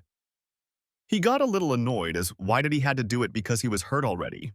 Thinking back, he got reminded and asked her that when did she make that tear gas bomb. Getting annoyed by this question, she tightened his bandage, which caused him to shriek a little bit, and answered that she got this when he was busy having fun with the spinster. It's not like she spent 6 pieces of silver just to buy a crossbow that could shoot rocks. But he requested her to at least tell him in advance about these things because it could be helpful to him. She asked, what did he mean? He told her that he needed to know this beforehand, because without it, he would be dead. She understood. Looking around with a tsundere expression, she told that she had also made a poison bomb and a fire bomb as well. Surprised and impressed by it, he asked that, when did she make something like that? With a happy expression, he thought in his mind that just a while ago this brat was nothing but a crying child with a runny nose, but she was so dependable now. It was so much better to see her like this. After the first aid session, they decided to head back with the crocodile skin and the eggs. He strapped the crocodile skin onto his backpack and dragged it out, which was quite chore. Since they had already searched all the routes beforehand, they were able to go up without any enemies. They sold all the crocodiles skinned to the Lord. He was a little bit annoyed to sell off something so valuable, but he was happy that he got a fair price for it. Then they went back to the inn. Seeing the young man like this, Daria shrieked out in horror. She screamed what happened to him. With a slight smile, he answered that he came across a crocodile. She got even more worried. He tried to explain a bit more, but she insisted him to clean up and let her see their wounds. But the mage kept on looking at both of them with an annoyed expression. Keeping the annoyed expression, she asked him to give her all of her items. Daria answered that she will first clean up a little bit, then she will bring it to her, the mage agreed. Then she turned to him, insisting him to clean up at earliest. He started to cry, thinking that she was some sort of an angel. 2 days later, he was in his room with all of the bandages open, checking for his wounds.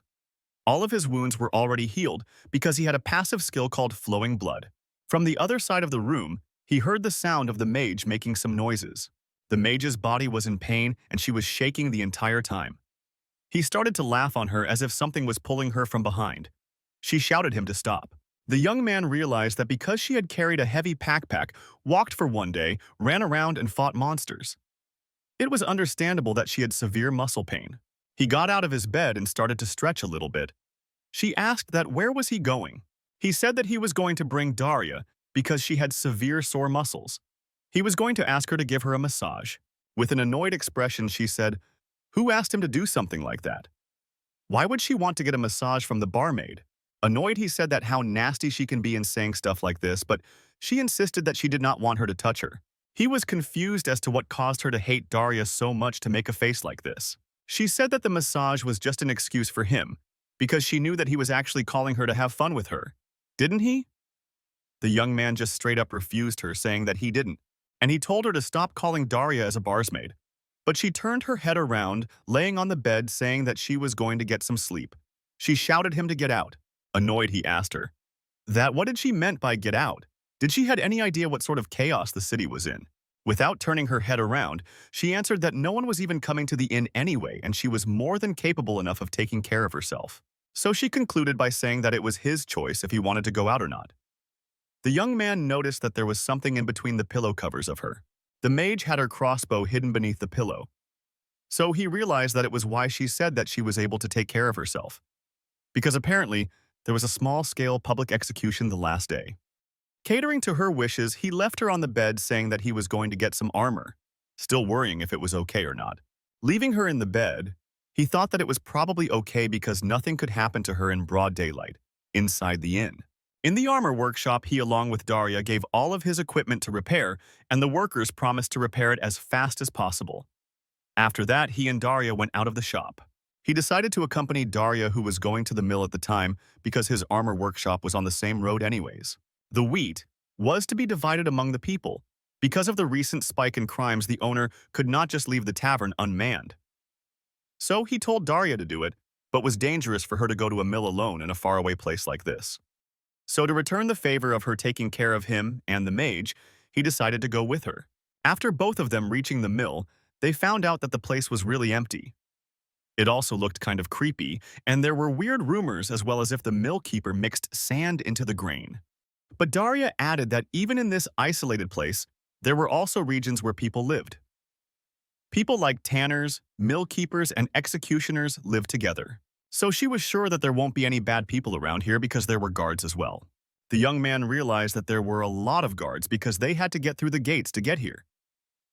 He was worried about the kingpin Ubar's subordinates, but looking at this much guards, he was relieved. Both of them reached some sort of a stable. Daria sat down on one of the haystacks, gleefully exclaiming how nice and cozy it was. Looking at the young man, she said that why was he still standing while inviting him to sit down beside her. He sat down beside her but asked her that whether it was okay to just wait there and see. He was worried that there were rumors about the mill guy mixing sand in the grains, so was it okay to just sit there and not observe him? She answered that the mill guy would not even start working if they went to watch him. He asked why. She answered that if they went to watch him in secret, then the guy will probably try to kill them, saying that they were trying to steal his trade secrets. While kicking her legs, she said to not think about it and just played tag while they waited. Then, tying his eyes shut, Daria went to hide somewhere saying that the game was started. She then kind of ran the around entire barn, giving him hints on where she was. He thought that how cute she was trying to play around like this. But in reality, he was just playing around, pretending that he could not see. But because he was a blood knight, his senses were way more stronger than a normal human. And he could clearly sense breathing and movement even with his eyes closed. While running around, she accidentally stepped on a rope and lost her footing, then started to fall backwards. Within an instant, the young man came to her and held her, protecting her from falling down. Without being able to say anything, she just stared at the young man's face. She could feel that her hand was on his chest, and her heart was beating really rapidly.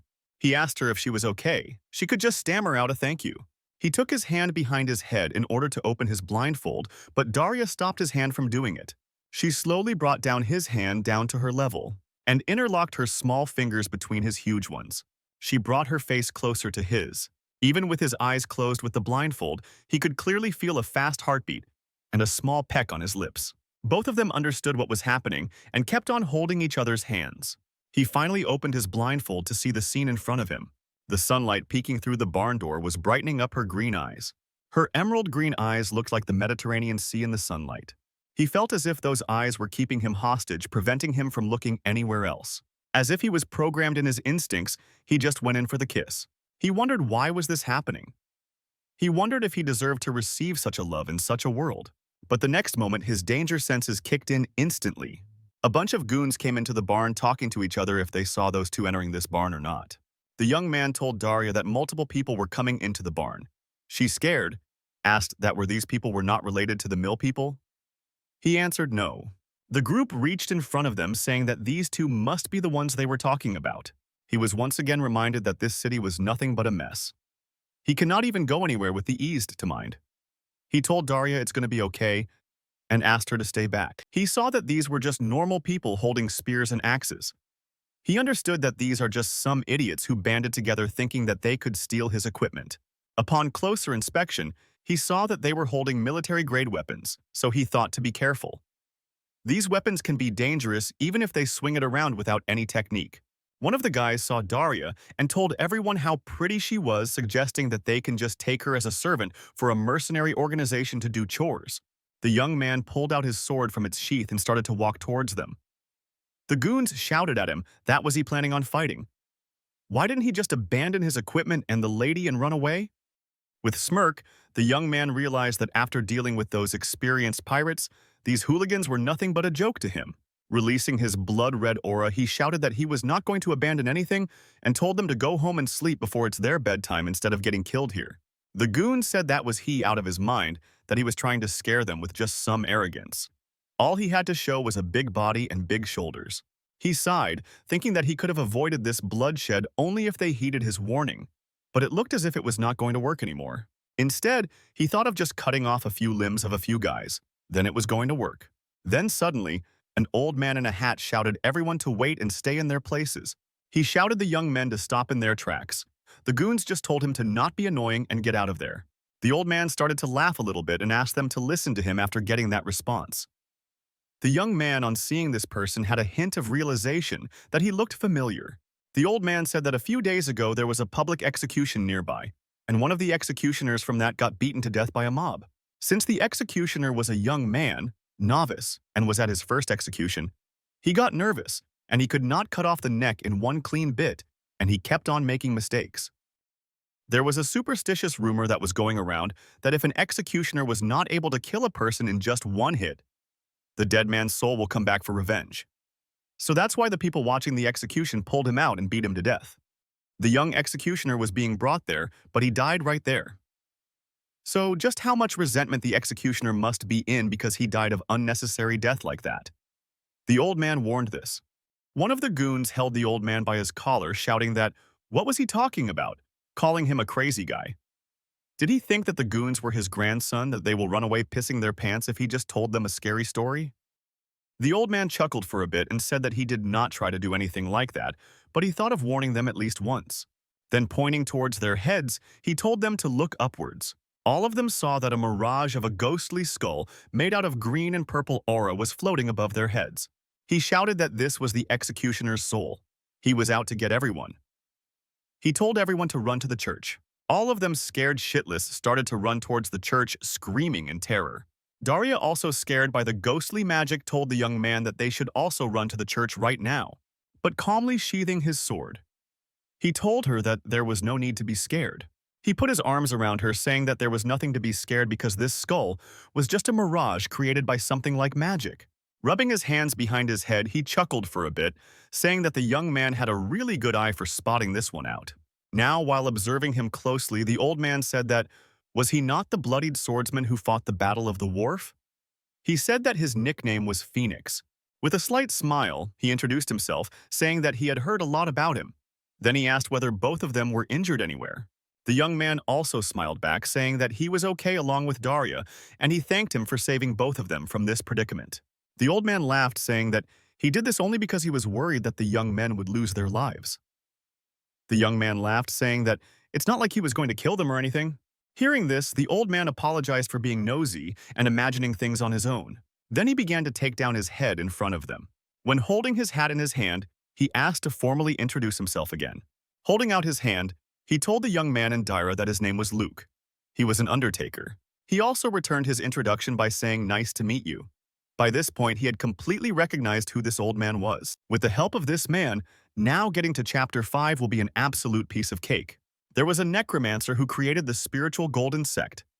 His default name was Luke Farfalle. This Luke guy was capable of single attacks, wide area attacks, and status abnormality attacks. He was a multi-talented character who could control all undead, whether it was their souls, body, or a combination of both. He could create small troops with elite units, or he could even make a whole swarm with weaker units. He was a popular character because one could easily make all kinds of combinations depending upon what they wanted. In the game world previously, he did not like this character because it was not suited for a PvP matchup. But in a hardcore world like this where people were ready to die for their master ready over and over again, this was really useful. That was the reason why he was so readily working his ass off in the sun. The old man asked him, that was he not hot? He said he was okay because he was not even sweating yet. He wanted to give the necromancer a good impression by helping him bury the John Smith he found in the market. If he got this guy's good impression, then carrying out the campaigns will be much easier from there forth. And if all he needed to do is dig in order to gain his affection, he can dig all day. This was a matter for survival after all. With the John Smith buried with a cross over his head, the necromancer began to pray. Death was not lost, but a freedom. Freedom from anguish and desire, to feel free from all the life's pain. Although he had a lot of questions in his mind to ask him, but he stopped himself from doing this because this was the first interaction. Questions like, what was he doing here in South Harbor working as an undertaker? He wanted to know that if he had the staff made from the bones of the great demon, or the bronze crown yet, or if he made undead out of the society's failure yet. But he realized that his hat and the clothing that Luke was wearing was definitely the equipment he put on the necromancer's account, Fuck Corpse Manners, that he used to play. Did this account become Luke like how Eichel Mage became Ellen? He was annoyed and frustrated that he was unable to ask him any of this. The old man thanked him that he did a lot of work for him, while the young man said that it was not that much anyways. He added that he did not know that there was an undertaker working at South Harbor. The old man answered that he was here because there was a church here. The old man continued saying that he was the only one undertaker in the city currently. He said that he was not around here. He came from the island with people going eastward from across the sea. He wanted a place to go in a hurry because he had some matters to attend back at his home, but since the city was in a lockdown, he could not go even if he wanted to. The people he came to this country with started to get anxious because the lockdown was not going away anytime soon, and they heard that there was a passageway through the sewers and went down there.